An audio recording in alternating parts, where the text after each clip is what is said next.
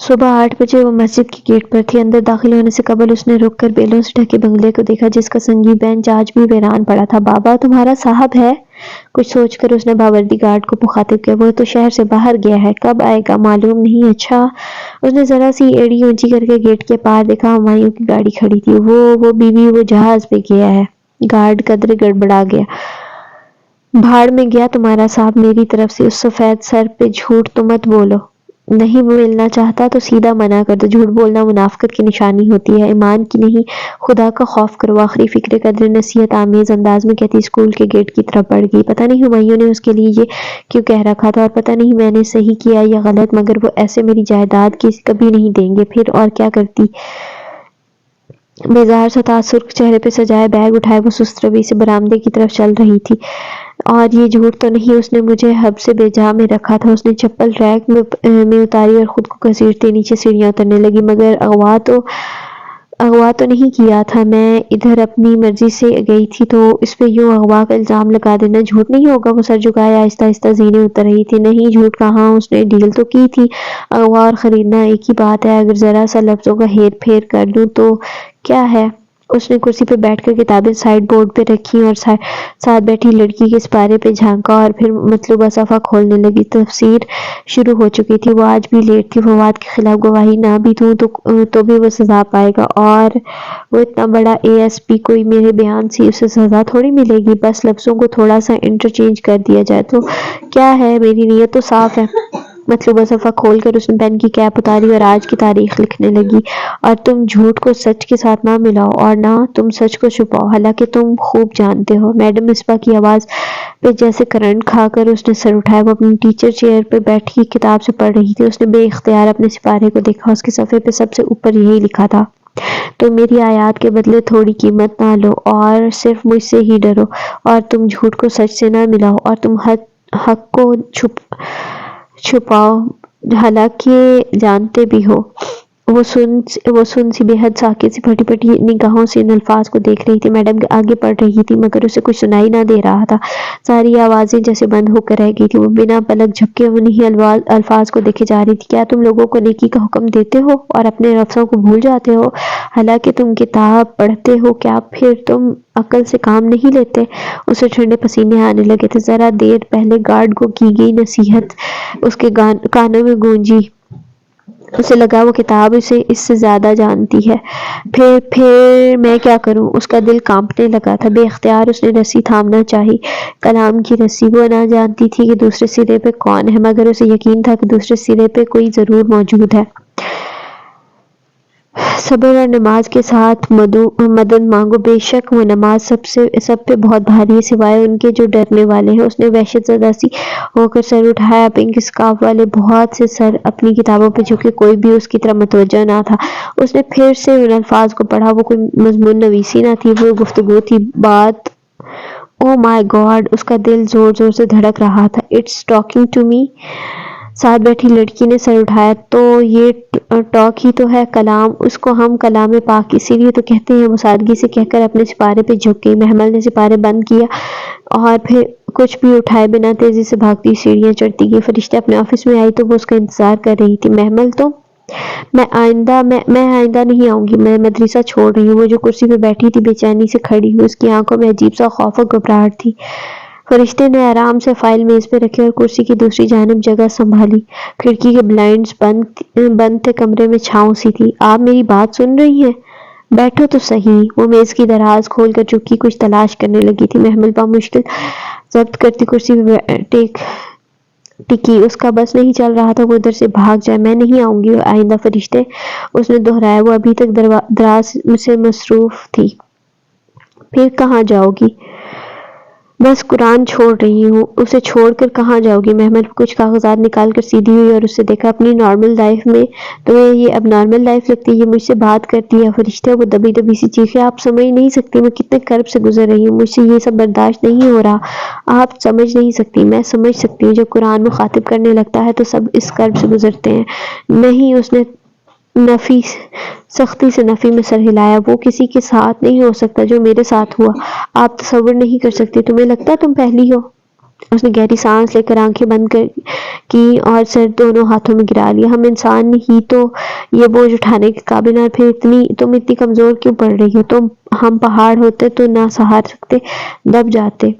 اس نے آہستہ سے سر اٹھایا۔ فرشتے کو وہ لمحے بھر میں بہت بیمار لگی تھی۔ وہ میری سوچیں پڑھ رہی ہے۔ فرشتے وہ مخلوق نہیں ہے، وہ کلام ہے، بات ہے اللہ کی، بات، اور اللہ ہی تو سوچیں پڑھ سکتا ہے۔ وہ گمسم سی ہوگی۔ میں اللہ سے بات کر رہی تھی، تمہیں کوئی شک ہے؟ مگر یہ 1400 سال پرانی کتاب ہے، یہ کیسے ہو سکتا ہے کہ یہ پاسٹ میں ہو کر ہم سے 1400 سال بعد کے فیوچر سے خود کو کنیکٹ کر لے؟ It's like a miracle. یہ تو معجزے کی طرح ہے، یہی تو ہم اسے کہتے ہیں، معجزہ۔ اور جب یہ ختم ہو جائے گی تو پھر سے شروع کر لینا۔ رسول اللہ صلی اللہ علیہ وآلہ وسلم کہا کرتے تھے، قرآن کے معجزے بار بار دہرانے سے کبھی پرانے نہیں ہوں گے۔ فہماً بتا رہی ہوں، میں اسے چھوڑ دوں تو؟ فرشتے نے تعصب سے اسے دیکھا۔ محمل، جب روز قیامت اللہ زمین آسمان کو بلائے گا تو ہر چیز کھینچی چلی آئے گی، طوعاً یا کرہاً، خوشی سے یا ناخوشی سے۔ جب ہم اللہ کے بلانے پر نماز اور قرآن کی طرف نہیں آتے تو اللہ ہمارے لیے ایسے حالات بنا دیتا ہے، دنیا اتنی تنگ کر دیتا ہے کہ ہمیں زبردستی سخت ناخوشی کے عالم میں آنا پڑتا ہے، اور پھر ہم کرہاً بھی بھاگ کر آتے ہیں، اور اس کے علاوہ ہمیں کہیں پناہ نہیں ملتی۔ اس کی طرف طوعاً آ جاؤ محمل، ورنہ تمہیں کرہاً آنا پڑے گا۔ پھر وہ مزید کوئی بحث نہ کر سکی۔ اسے فرشتے کی بات سے بے حد خوف آیا تھا۔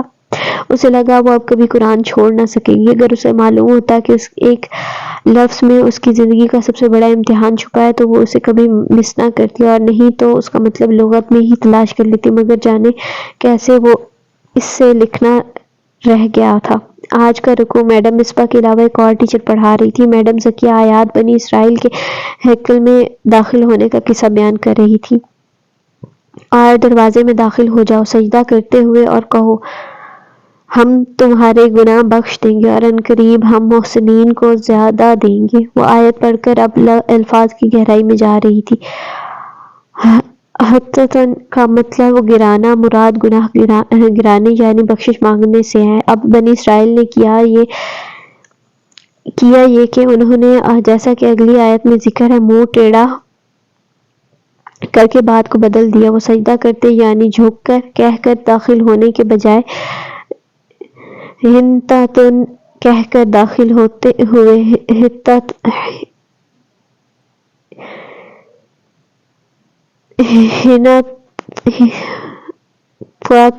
کہتے ہیں۔ وہ تیز تیز قدم حنطتن کہہ کر داخل ہوئے۔ حنطتن کہتے ہیں وہ تیز تیز قلم چلا کر لکھ رہی تھی کہ کسی نے برہمی سے پین اس کے رجسٹر پہ رکھا۔ اس نے ہڑبڑا کر سر اٹھایا۔ ایک کلاس انچارج اس کے سر پہ کھڑی تھی۔ بعض لوگ قرآن پڑھتے ہیں اور قرآن ان کے لیے دعا کرتا ہے، اور بعض لوگ قرآن پڑھتے ہیں اور قرآن ان پر لعنت کرتا ہے۔ کیا ہوا میم، آپ رجسٹر قرآن پہ رکھ کر لکھ رہی ہیں؟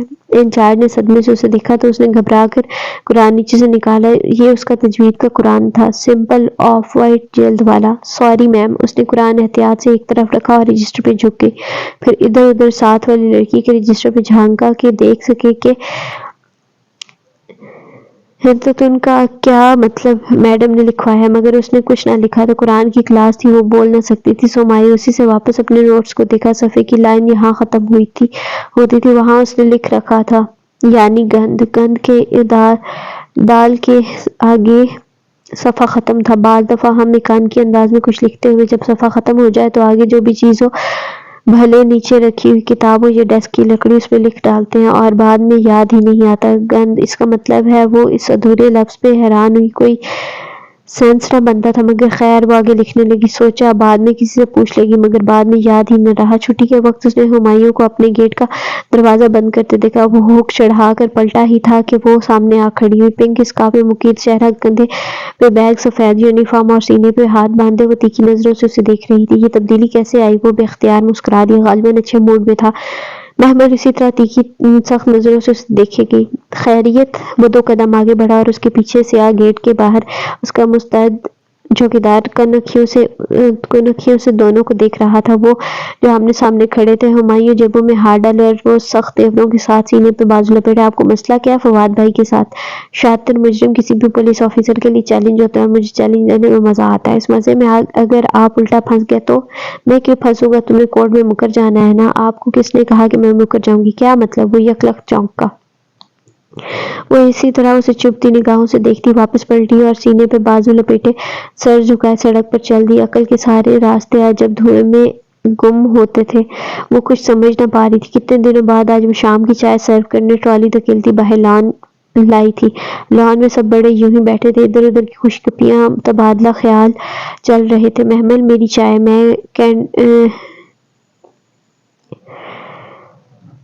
میں کینڈل ڈالنا بیٹا، آغا جان جس بے تکلفی سے کہہ کر غفران چچا سے بات کرنے میں مصروف ہو گیا۔ نائمہ اور فضا نے معنی خیز نظروں سے ایک دوسرے کو دیکھا۔ جب سے فواد جیل گیا تھا، ان دونوں کا الائنس تائی مہتاب سے ہٹ کر بن چکا تھا۔ دونوں کے خواب اسے داماد بنانے کی چکنا چور ہو چکے تھے، اور وہ اب مزید تائی کی خوش آمدید کرنے کے بجائے انہیں بے رخی دکھانے لگی تھی۔ یہ لیجیے آغا جان، اس نے بھی پر اعتمادی سے کپ ان کو تھمایا اور پھر تائی مہتاب کو جو الگ سے گمسم سی بیٹھی۔ تھینک یو محمل جانے، انہوں نے کس دل سے بظاہر مسکرا کر کہا۔ فضا نے آنکھوں ہی آنکھوں میں نائمہ کو ہلکا سے اشارہ کیا۔ نائمہ نے ہوں کہہ کر سر جھٹکا۔ ان کی سمجھ میں نہ آ رہا تھا کہ یہ اچانک وہ اس پہ اتنے مہربان کیوں ہو رہے ہیں۔ وہ خالی ٹرالی لیے اندر آئی تو سیڑھیوں سے اترتا حسن جو شرٹ کے کف بند کر رہا تھا، اسے دیکھ کر لمحے بھر کو رک گیا۔ محمل، ایک پرانا منظر اس کی آنکھوں میں لہرایا تھا، فواد کا یوں اترنا، پھر اس کا اسے چائے دینا اور وہ انگلیوں کا ٹکرانا۔ کیا تب فواد نے یہ سوچا تھا کہ یہ لڑکی بھی اس کا ہتھیار بن سکتی ہے؟ اتنی ارزاں تھی وہ؟ منظر وہی تھا، بس چہرہ بدل چکا تھا۔ اس کی آنکھوں میں کیچیاں سے چبھنے لگی۔ مومن ایک سوراخ سے دوبارہ نہیں ڈسا جاتا۔ وہ تیزی سے کچن کی طرف آئی۔ محمل رکو، سنو۔ وہ مسرت سے اس کے پیچھے لپکا اور کچن کے دروازے پہ ٹھہر سا گیا۔ اندر مسرت کپڑے سے سلیب صاف کر رہی تھی۔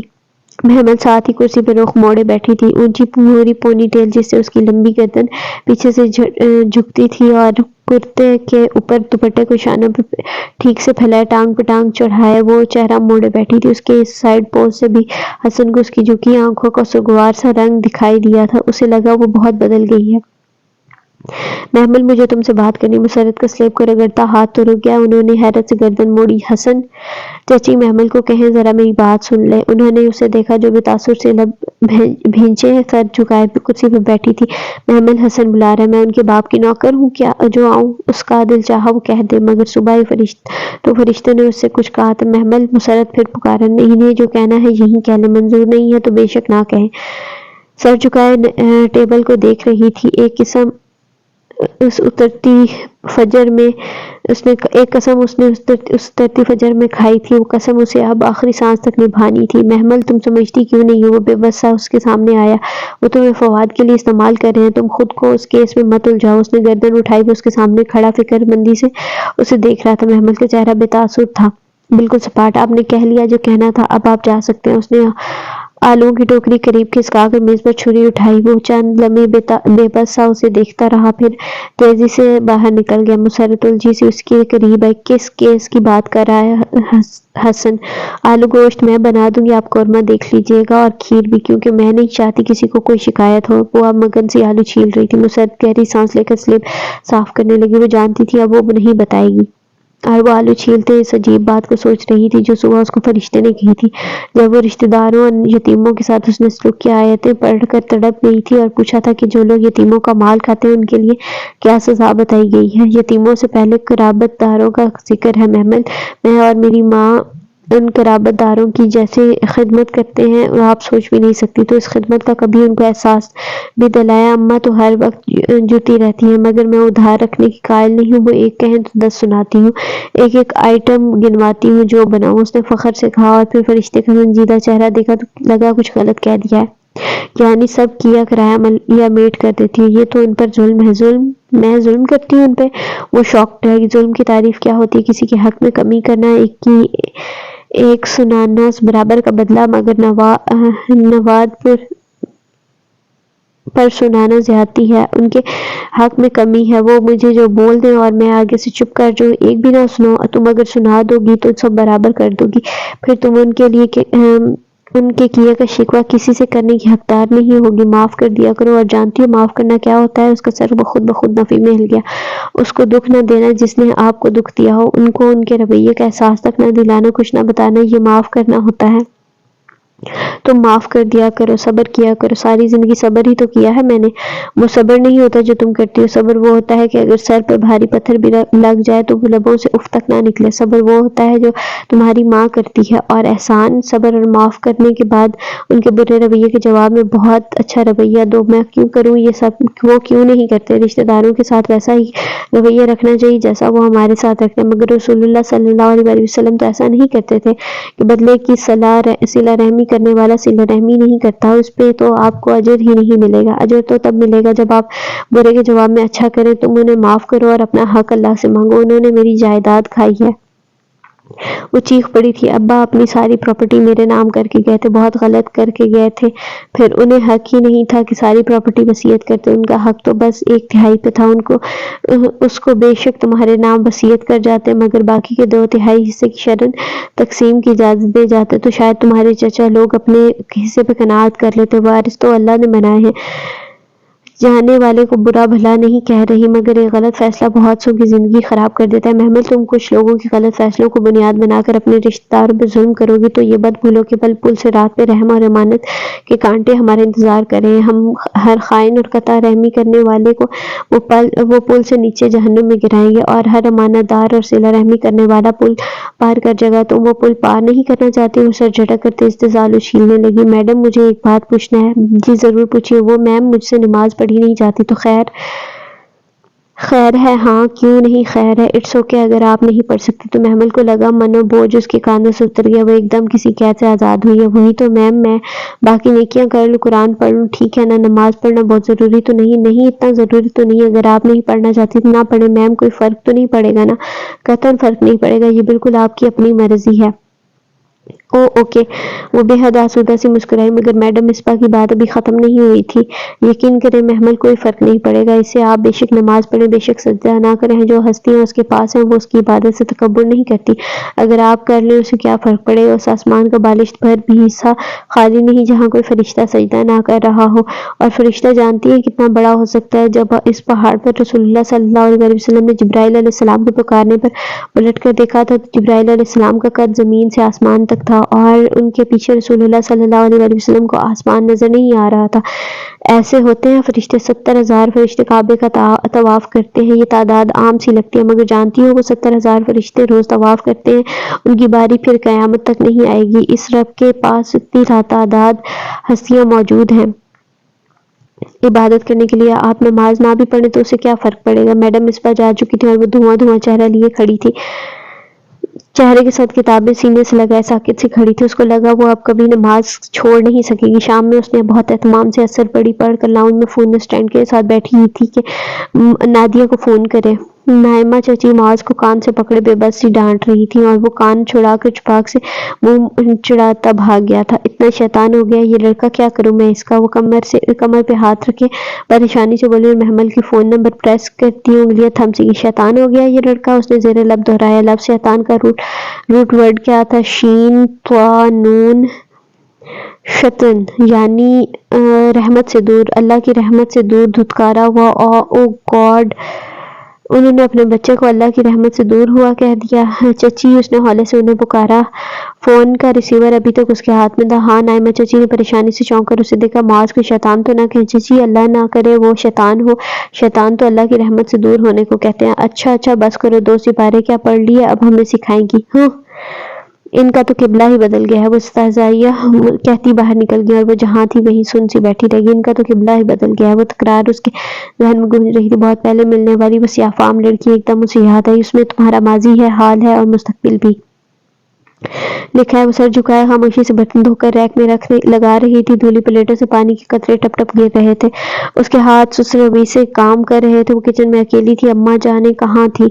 باقی لوگ تو کام کے لیے کچن میں آنا مزاج کے خلاف سمجھتے تھے، مگر خیر اس نے سر جھٹکا۔ وہ کوشش کرتی تھی کہ ایسی سوچوں کو دل میں جگہ نہ دے۔ اب محسوس ہوتا تھا کہ اس نے اپنے بدصورت رویے سے اپنے اور ان کے درمیان فرق نہ رکھا تھا۔ پہلے وہ ہر چیز اسی دنیا میں برابر کرنے پر تلی تھی، اب اس نے صبر کرنا شروع کر دیا تھا۔ زندگی ویسے بھی اب ٹف ہو گئی تھی۔ اب مسجد کی ٹیچرز نے اسے دیر سے آنے پر بھی الٹیمیٹم دے دیا تھا۔ وہ خود بھی اپنی تجوید درست کرنے فجر کے بعد آنا چاہتی تھی کہ تب لڑکیاں اکٹھی بیٹھ کر تجوید کی پریکٹس کرتی تھی۔ صرف یہ مسئلہ تھا کہ فجر کے وقت فریج لاک ہوتا تھا۔ اس کے لاکھ کہنے پر بھی کسی پہ اثر نہ ہوا تھا۔ اس کے پاس اپنے ناشتے کے پیسے نہ تھے، یا تو وہ ٹرانسپورٹ کا کرایہ ادا کرتی یا اپنا ناشتہ لا کر رکھتی۔ سو ناشتہ قربان کر کے اس نے وین والے کو فیس دی، اور روز صبح تہجد میں اٹھ کر وہ آدھے گھنٹے اپنا ہوم ورک کرتی، پھر فجر پڑھ کر نکل جاتی۔ عصر کے قریب اس کی واپسی ہوتی۔ ہمارے بزرگ کہا کرتے تھے، علم فکر و فاقے کے بغیر نہیں آتا۔ ٹھیک ہی کہتے تھے۔ اس نے آخری پلیٹ ریک پہ رکھی،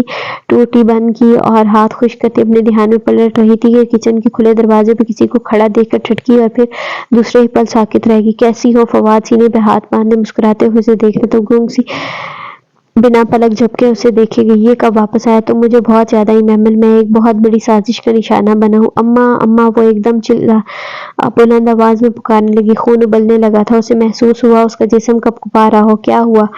مسرت بکھلا کر اندر آئی، اور فواد کو دیکھ کر چپ سی رہ گئی۔ فواد بیٹا تم چاچی، وہ ان کی طرف بے قراری سے پلٹا۔ میرے ساتھ بہت بڑی سازش ہوئی ہے، یہ سب اس اے ایس پی کا کیا دھرا ہے۔ میں بھلا محمل کے ساتھ ایسا کیسے کر سکتا ہوں؟ محمل وہ اب اس کی جانب مڑا۔ تم جانتی ہو میں بے قصور ہوں۔ ریکارڈنگ جو انہوں نے تمہیں سنوائی وہ ان کے کسی فنکار کی تھی۔ ہم ان پولیس والوں کو بھتہ نہیں دے رہے تھے، اس لیے انہوں نے ایسا کیا۔ تم یاد کرو، تم نے خود کہا تھا کہ تم سائن کروانے چلی جاتی ہو۔ میں نے اگر سودا کیا ہوتا تو میں تمہیں مجبور کرتا۔ وہ ایک دم چونکی۔ وہ ٹھیک کہہ رہا تھا، مگر آپ نے مجھ پر الزام لگایا کہ آپ نے مجھے رنگے ہاتھوں اس سے آگے بولا نہیں گیا۔ وہ سب مجھے اے ایس پی نے رات کو کہا تھا کہ میں تمہارے اور اس کے درمیان آنے کی کوشش نہ کروں۔ بھلا بتاؤ میں ایسا کر سکتا ہوں؟ پھر مجھے یقین آ ہی گیا کہ تم جیسی باکردار اور پارسا لڑکی ایسا نہیں کر سکتی۔ میں پورے گھر کے سامنے تمہارے کردار کی قسم کھانے کو تیار ہوں۔ چاچی آپ میرا یقین کریں۔ وہ بے بسی سے مسرت کے پاس جھکا اور ان کے دونوں ہاتھ پکڑ لیے۔ یقین کریں میں نے کچھ نہیں کیا، لیکن اگر آپ سمجھتی ہیں کہ محمل میری وجہ سے بدنام ہوئی ہے تو میں محمل سے شادی کرنے پہ تیار ہوں۔ آپ جب کہیں آغا جان دھوم دھام سے محمل کو اپنی بہو بنائیں گے۔ آپ ہاں تو کریں۔ ایک دفعہ محمل سے میری شادی ہو جائے، پھر ہوگی کسی کو پورے خاندان میں ہمت کہ وہ محمل پہ انگلی اٹھا سکے۔ ہم ہر وہ انگلی کاٹ دیں گے۔ اللہ گواہ ہے چچی، ہم ایسا کریں گے۔ فواد تم سچ کہہ رہے ہو؟ فرتے جذبات سے مسرت کی آنکھوں سے آنسو ابل پڑے۔ وہ جو ساکت سے سلیب کا سہارا لیے کھڑی تھی، ایک دم بھاگتی ہوئی باہر نکل گئی۔ اس نے رات کا کھانا نہیں کھایا، بس سر منہ لپیٹے پڑی رہی۔ باہر سے چہل پہل کی آوازیں آ رہی تھیں، ہنسی مذاق، باتیں، شور، قہقہے، دعوت کی طرح کا سما تھا۔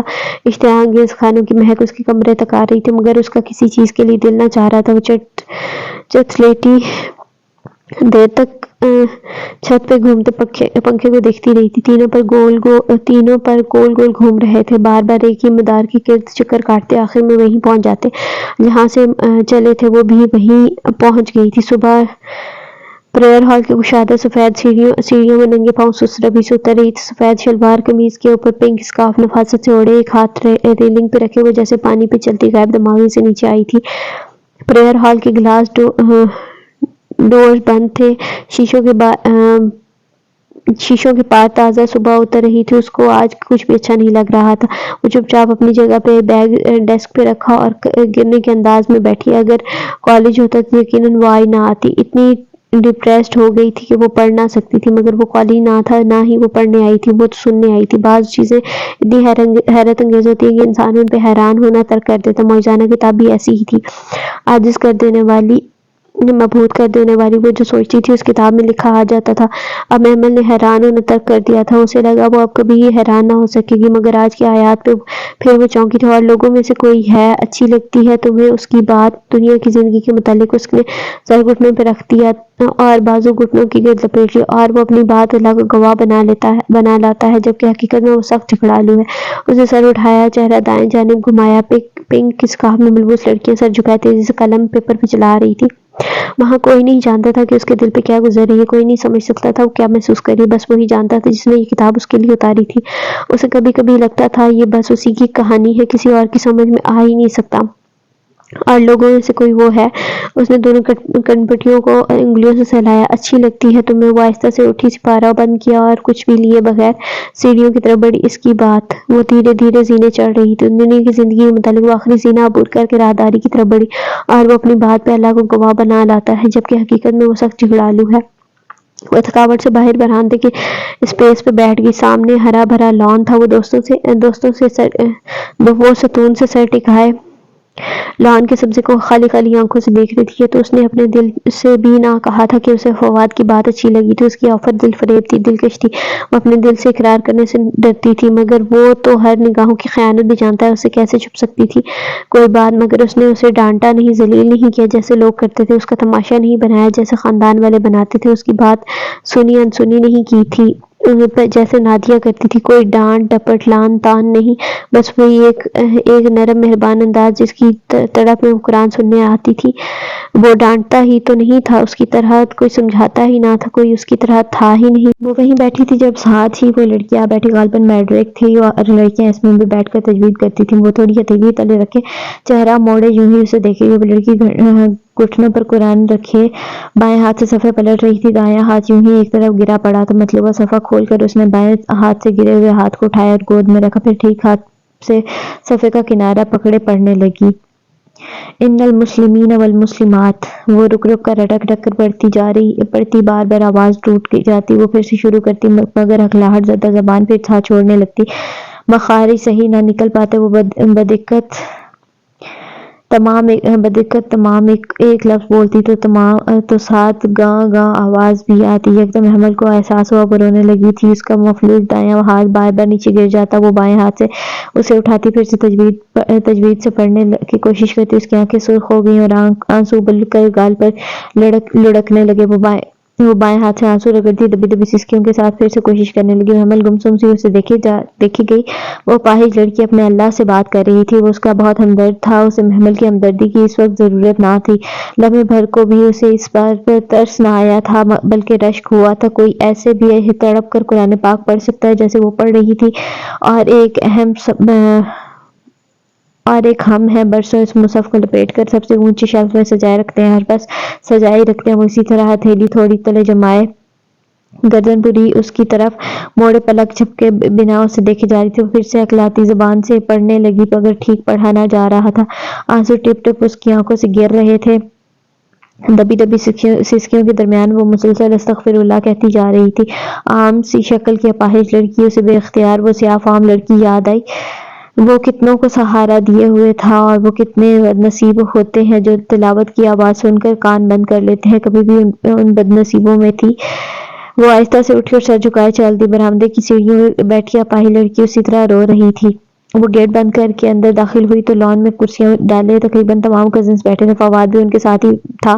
وہ کسی بات پہ ہنس رہا تھا، شرٹ کا اوپری بٹن کھولے، قیمتی ریسٹ واچ پہنے، اس کے پرفیوم کی مہک یہاں تک آ رہی تھی۔ وہ کرسیوں کا دائرہ بنا کر بیٹھے تھے۔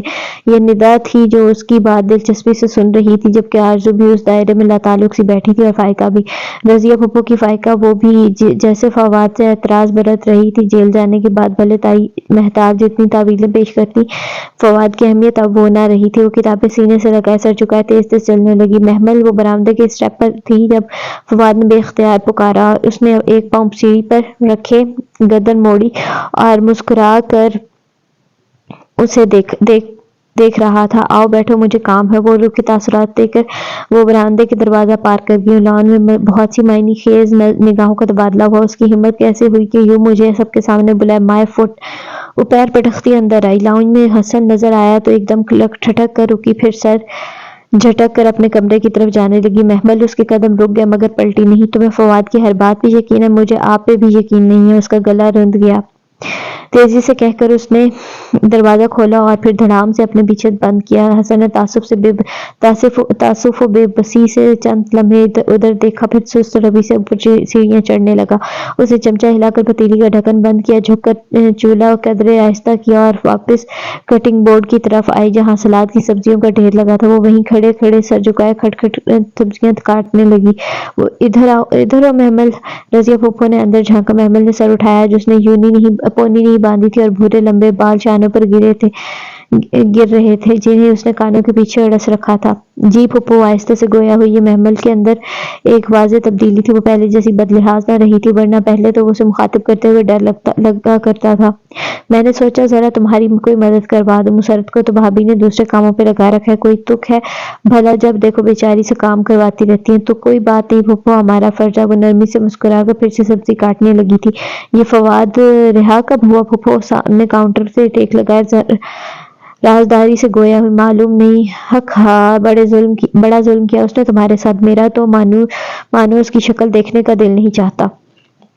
وہ سر جھکائے کھٹاکھٹ پیاز کاٹتی جا رہی تھی، آنکھوں میں سے آنسو گرنے لگے تھے۔ بڑا دل تھا میرا اپنی فائقہ کے لیے، مگر دل ایسا ٹوٹا کہ ادھر آنے کو ہی نہیں چاہتا۔ کتنے چہرے نکلتے ہیں نہ لوگوں کے محمل۔ جانے دے پھپھو، نہ پھپھو، ان اللہ پڑھ لیں فائقہ باجی، کوئی اور کسی سے کم تھوڑی ہیں، وہ کسی اچھے بندے کے قابل ہیں۔ اچھا ہی ہوا جو بھی ہوا۔ اسے پھپھو کے آزردہ چہرے کو دیکھ کر دکھ ہوا تھا۔ یہ پہلی دفعہ تھا کہ وہ اس کے ساتھ یوں بات کر رہی تھی، ورنہ پہلے تو درمیان میں محمل نے اتنی دیواریں کھڑی کر رکھی تھی کہ انہیں پاٹنا مشکل تھا۔ وہ اس کے ابا کی ایک ہی بہن تھی، وہ کیوں لوگوں سے شکایت کرے؟ اس نے خود بھی تو کبھی بنا کر رکھنے کی کوشش نہ کی تھی۔ ہاں وہ تو ٹھیک ہے، مگر اسی لمحے فواد نے کچن کا دروازہ کھولا۔ ان دونوں نے چونک کر ادھر دیکھا۔ محمل کے لب سختی سے بھینچ گئے۔ وہ تیز تیز سبزی کاٹنے لگی۔ محمل، ایک کپ چائے مل سکتی ہے؟ جی یہ فارغ نہیں، اپنی بہنوں سے کہہ دو، وہ فارغ ہی بیٹھی تھیں باہر، پھپھو نے نہایت بے رخی سے کہا۔ وہ چند لمحے کھڑا رہا، پھر واپس مڑ گیا۔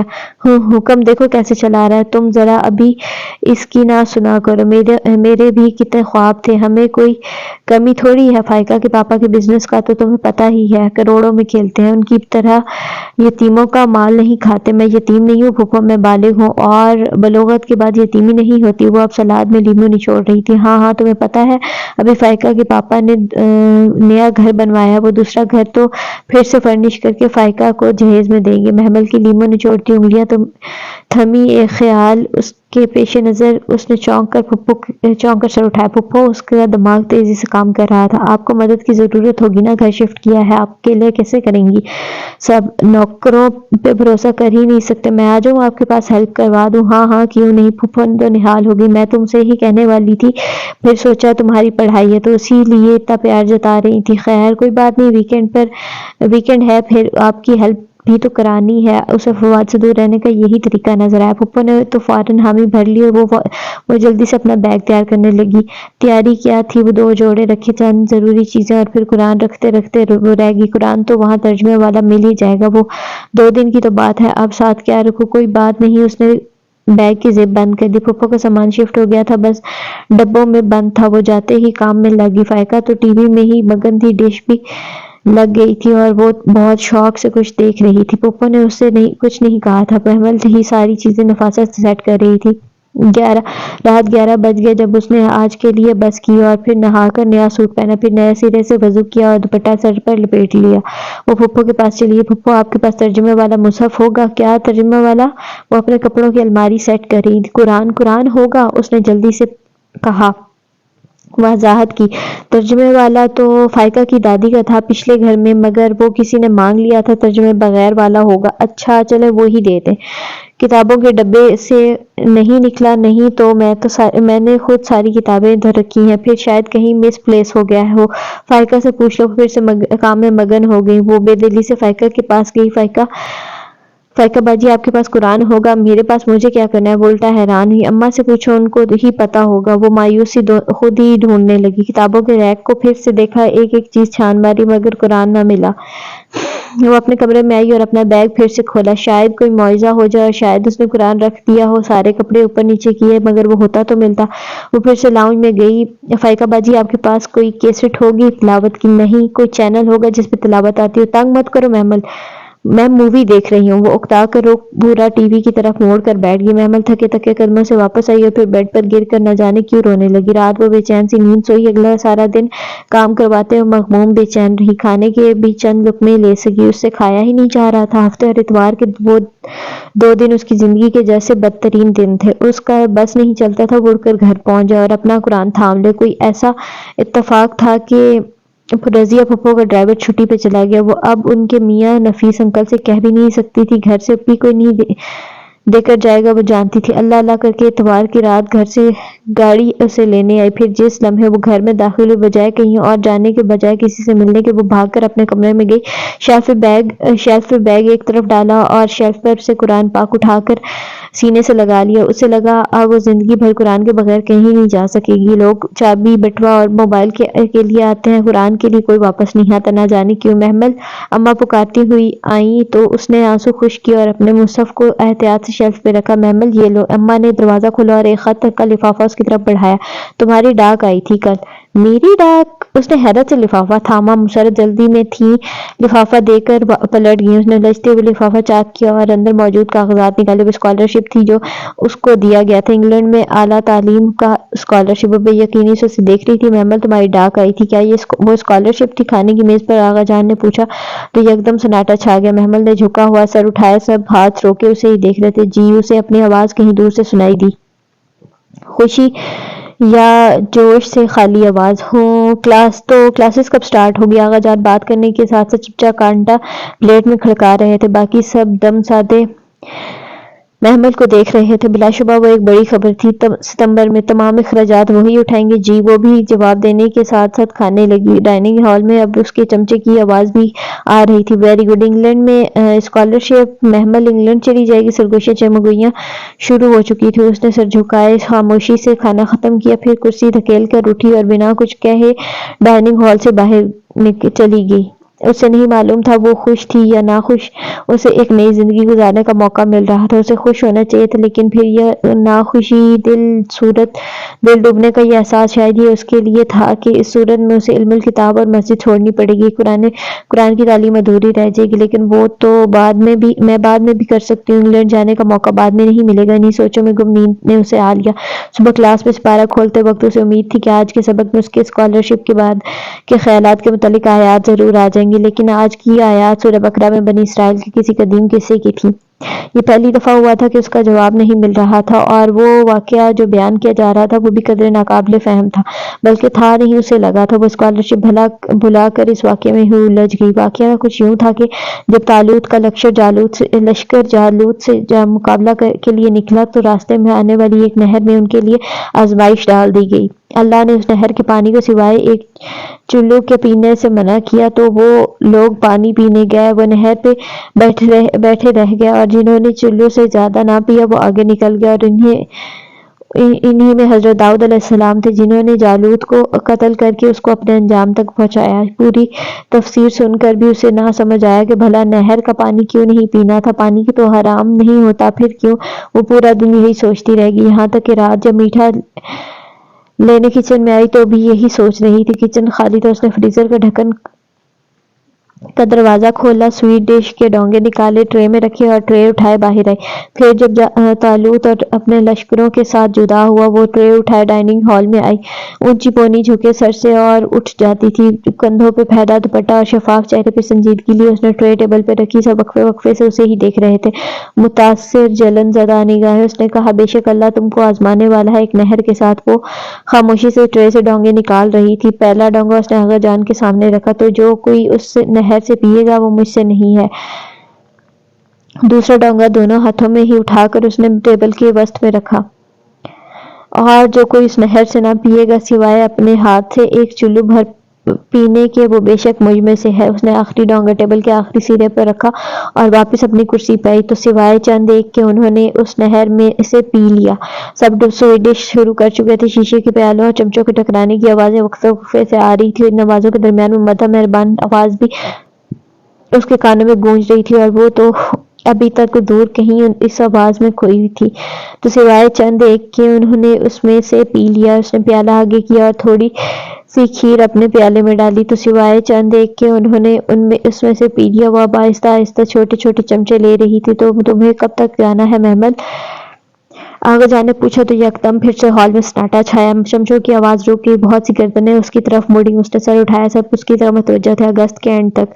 یعنی تم ستمبر سے پہلے تک نہیں ہوگی؟ نہیں، کیا مطلب؟ میں نہیں جا رہی۔ اس نے چمچ واپس پیالے میں رکھا اور نیپکن سے لب صاف کیے. کیا مطلب؟ تم اتنا بڑا اسکالرشپ چھوڑ دو گی؟ فضا چچی نے تحیر سے پوچھا.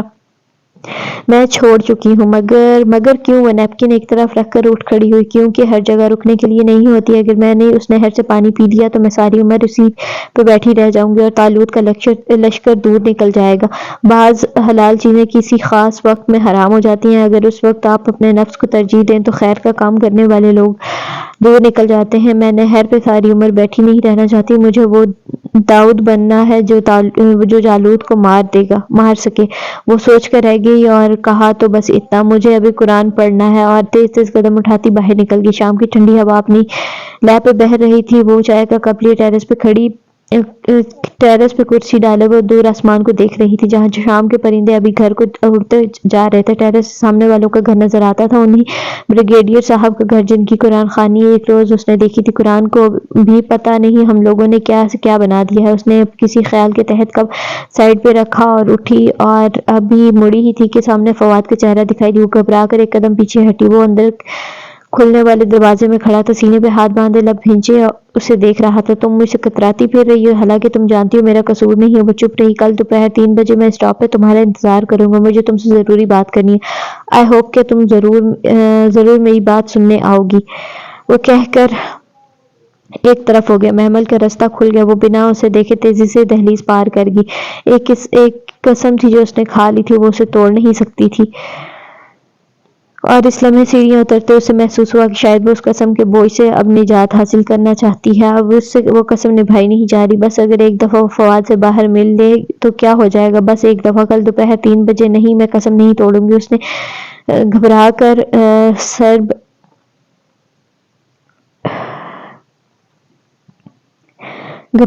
جھٹکا. اس کے اندر کی سوچیں اس وحشت زدہ کرنے لگی تھی.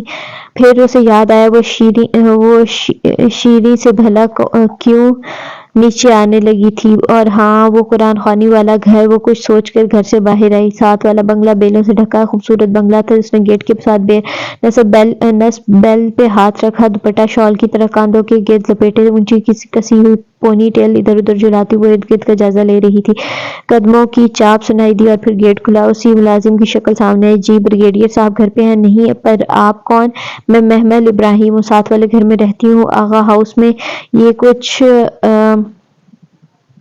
پمفلٹس ہیں. بریگیڈیئر صاحب کو دے دینا. وہ اسے پڑھ کر مجھے واپس کر دیں گے. واپس لینے ضرور آؤں گی. واپس کر دیں گے. میں ان سے واپس لینے ضرور آؤں گی. یہ ذمہ داری میں تمہیں دے رہی ہوں اور ذمہ داری امانت ہوتی ہے. اگر امانت میں خیانت کی تو پلسرات پار نہیں کر سکو گے. سمجھے؟ چند پمفلٹس اور کارڈز اسے تھما کر اس نے تنبیہ کی تو ملازم نے گھبرا کر اچھا جی کہہ کر سر اندر کر لیا. اور شام رات اور وہ اگلی صبح بہت کٹھن تھی. وہ لمحے بھر کو بھی نہ سو سکی. ساری رات بستر پر کروٹیں بدلتے گزری. مستقبل بہت سے اندیشوں کی دھن میں لپٹا نظر آتا تھا. وہ کیا کرے؟ کس سے مشورہ کرے؟ کس سے پوچھے؟ اور جواب تو اسے سوچنے کی ضرورت ہی نہ تھی. جب صبح کے قریب اس نے قسم توڑنے کا سوچا تو بستر سے نکلی اور معاملہ اللہ پر چھوڑنے کا فیصلہ کر لیا. کل ان کی کلاس میں سورہ بقرہ ختم ہوئی تھی اور آج آل عمران شروع ہونی تھی. غالباً پہلی 11 آیات پڑھنی تھی. اسے پکا یقین تھا کہ کوئی حل آج کے سبق میں موجود ہوگا. سو اس نے آج کی آیات کھولیں. پھر ان تمام آیات کو اس نے 2-3 دفعہ پڑھا. دل میں عجیب سی بے چینی پیدا ہوئی. وہاں کوئی ذکر نہ تھا. نہ قسم کا نہ قسم توڑنے کے کفارے کا. کفارہ. وہ چونکی. تو کیا میں قسم توڑنا چاہتی ہوں؟ ہاں. دل نے واضح جواب دیا تو اس نے خود سے نگاہیں چرا کر مصحف بند کیا اور اوپر رکھ دیا. فرشتے ایک فائل پہ سرسری نگاہ ڈالتے کوریڈور میں سے گزر رہی تھی. جب وہ پوری سانس کے ساتھ دوڑتی ہوئی اس کے سامنے آئی. فرشتے مجھے آپ سے کچھ پوچھنا ہے. فائل کا صفحے کا کنارہ فرشتے کی انگلیوں کے درمیان تھا. اس نے سر اٹھایا. السلام علیکم. کیا بات ہے؟ وعلیکم السلام. وہ پھولی سانسوں کے درمیان تیز تیز بول رہی تھی. وہ ایک فتویٰ لینا ہے. میں مفتی نہیں ہوں مگر بس ایک فقہی مسئلہ ہے. ضرور پوچھنا مگر آج کی تفسیر سن لو. اس میں ہے تمہارا مسئلہ. محمل کو جھٹکا لگا. آپ کو میرے مسئلے کا پتہ ہے؟ ارے نہیں. مجھے تو آج کی آیات کا بھی نہیں پتا. میڈم مصباح لیتی ہیں نا آج کل آپ کی کلاسز. پھر آپ کو کیسے پتا؟ کیونکہ یہی ہمیشہ ہوتا ہے. تفسیر کا ویٹ کر لو. تمہارا مسئلہ کلیئر کٹ لفظوں میں آ جائے گا. اس نے فائل کا صفحہ پلٹا اور سرسری سا اوپر نیچے دیکھنے لگی. مگر میں آج کی آیات پڑھ لی ہیں. ان میں میرا مسئلہ نہیں ہے. مجھے پتا ہے. صبر لڑکی علم صبر کے ساتھ آتا ہے، تفسیر کے بعد پوچھ لینا، مگر اس کی یقیناً نوبت نہیں آئے گی۔ وہ ہلکا سا اس کا گال تھپتھپا کر فائل دیکھتی آگے بڑھ گئی۔ محمل نے اپنے گال کو چھوا، پھر سر جھٹک کر کوریڈور کے آگے بھاگ گئی۔ یہ کبھی نہیں ہوا تھا کہ وہ جو سوچے وہ قرآن میں لکھا نہ ہو۔ لوگ اس کی بات نہیں سنتے تھے تو توجہ نہیں کرتے تھے، اگر توجہ بھی کرتے تھے تو سمجھتے نہیں، اور ایک قرآن تھا، اسے کہنا بھی نہ پڑتا اور وہ دل کی بات دھیان سے سنتا، توجہ کرتا، سمجھتا اور پھر دانائی اور حکمت سے اسے سمجھاتا، اور اس جیسا کوئی نہ سمجھاتا تھا، مگر اسے لگا آج کی آیات میں ایسی کوئی بات نہ تھی جو اس سے متعلق ہو۔ بہت بیتیلی اور آرائی سے اس نے سپارہ کھولا۔ وہ سفید چادر پہ دوزانوں ہو کر بیٹھی تھی، سامنے ڈیسک پہ سپارہ کھلا پڑا تھا، ایک طرف رجسٹر تھا جس پہ جھکی وہ تیز تیز لکھ رہی تھی۔ اب میڈم مصباح محکم آیات اور متشابہ آیات کا مطلب سمجھا رہی تھی۔ محکمات وہ آیات تھی جن کا مطلب ہم سمجھ سکتے ہیں، مثلاً احکامات، اس دنیا کی باتیں، دنیا کے کسی باغ کی مثال، تاریخی واقعات، اور مشابہات وہ آیات تھیں جو ہم تصور نہیں کر سکتے، مگر ان پر ایمان بالغیب لانا ضروری ہے، مثلاً جنت، دوزخ، اللہ کا ہاتھ، فرشتوں کی ہیئت۔ مشابہات کے پیچھے نہیں پڑنا چاہیے اور جو پڑھے اس سے دور رہنا چاہیے۔ تو میڈم مصباح یہی سمجھا رہی تھی، سست روی سے تمام پوائنٹس رجسٹر پہ لکھ رہی تھی۔ متشابہات پہ ایمان بالغیب ایسا ہونا چاہیے، جیسے میڈم کی آواز ہال میں گونج رہی تھی، جیسے اگلی آیات میں ذکر کر رہے ہیں کہ راسخون فی العلم ان پہ ایمان لاتے ہیں۔ اب یہ راسخون فی العلم کون ہوتے ہیں؟ ایک ہوتا ہے طالب علم، ایک صاحب علم، اور اس سے بڑا درجہ راسخ علم والے کو ہوتا ہے۔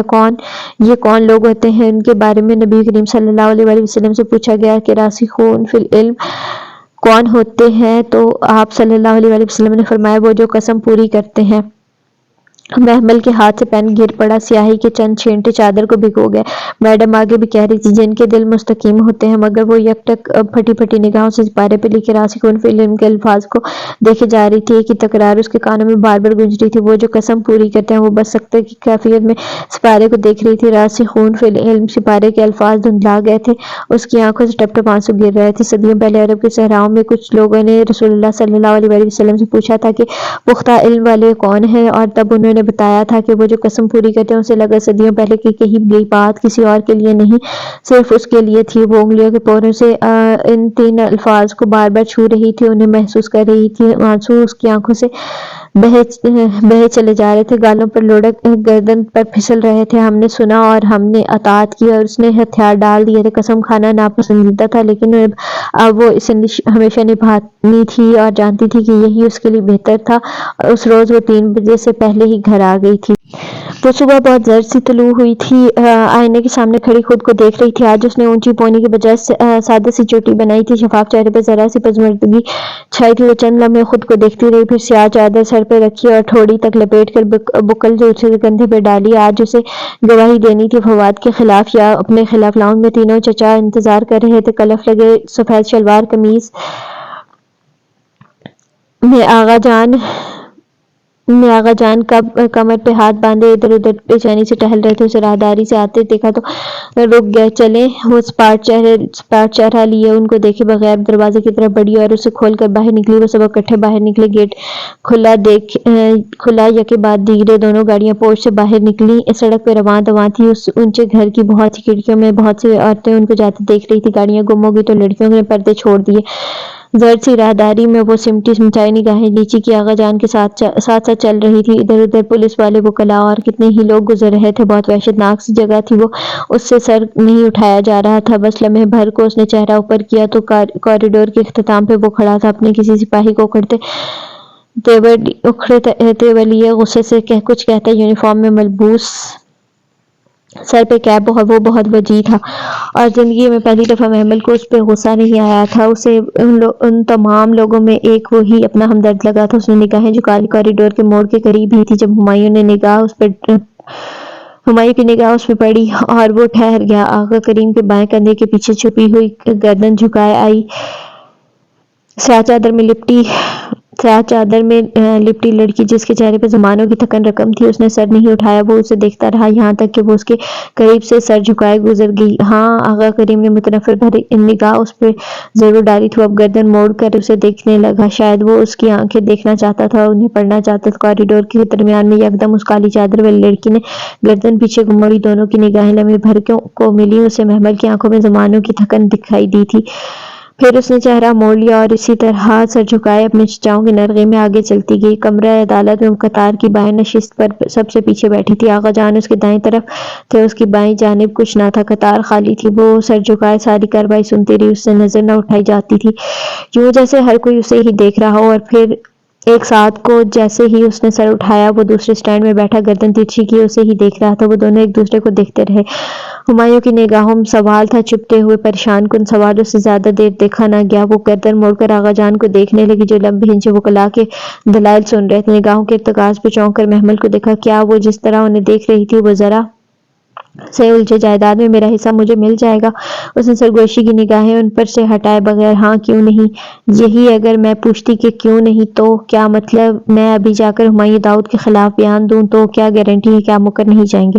تمہیں مجھ پر شک ہے؟ اگر ہے تو آغا جان کے ماتھے پہ غصے کی لکیریں ابھری جسے وہ ضبط کر گئے۔ تم اب کیا چاہتی ہو؟ یہ اس نے کالی سیاہ چادر میں سے بیگ نکالا، زپ کھولی اور ایک کاغذ اور پین نکال کر ان کی طرف بڑھائے۔ میری صرف فیکٹری میں شیئرز کی قیمت 9 کروڑ کے لگ بھگ ہے، باقی کا حساب بھی میں ابھی نہیں مانگ رہی۔ یہ آپ کی چیک بک کا چیک ہے، یہ رقم میں نے بھر دی ہے، اسے سائن کر دیں۔ اس نے پین ان کے سامنے کیا۔ وہ کبھی اس کو دیکھتے کبھی پین کو۔ آغا جان، محمل بچی نہیں، آپ مجھ سے میری آخرت خرید رہے ہیں۔ اگر میں نے جھوٹی گواہی دی تو میں پل صراط پار کرنے سے پہلے ہی گر جاؤں گی۔ اگر گرنا ہے تو کچھ ورتھ تو ہونا چاہیے نا؟ آپ یہ سائن کریں، میں ابھی جا کر جھوٹی گواہی دیتی ہوں۔ اس نے پین اور چیک ان کے سامنے ان کے ہاتھ پہ رکھا۔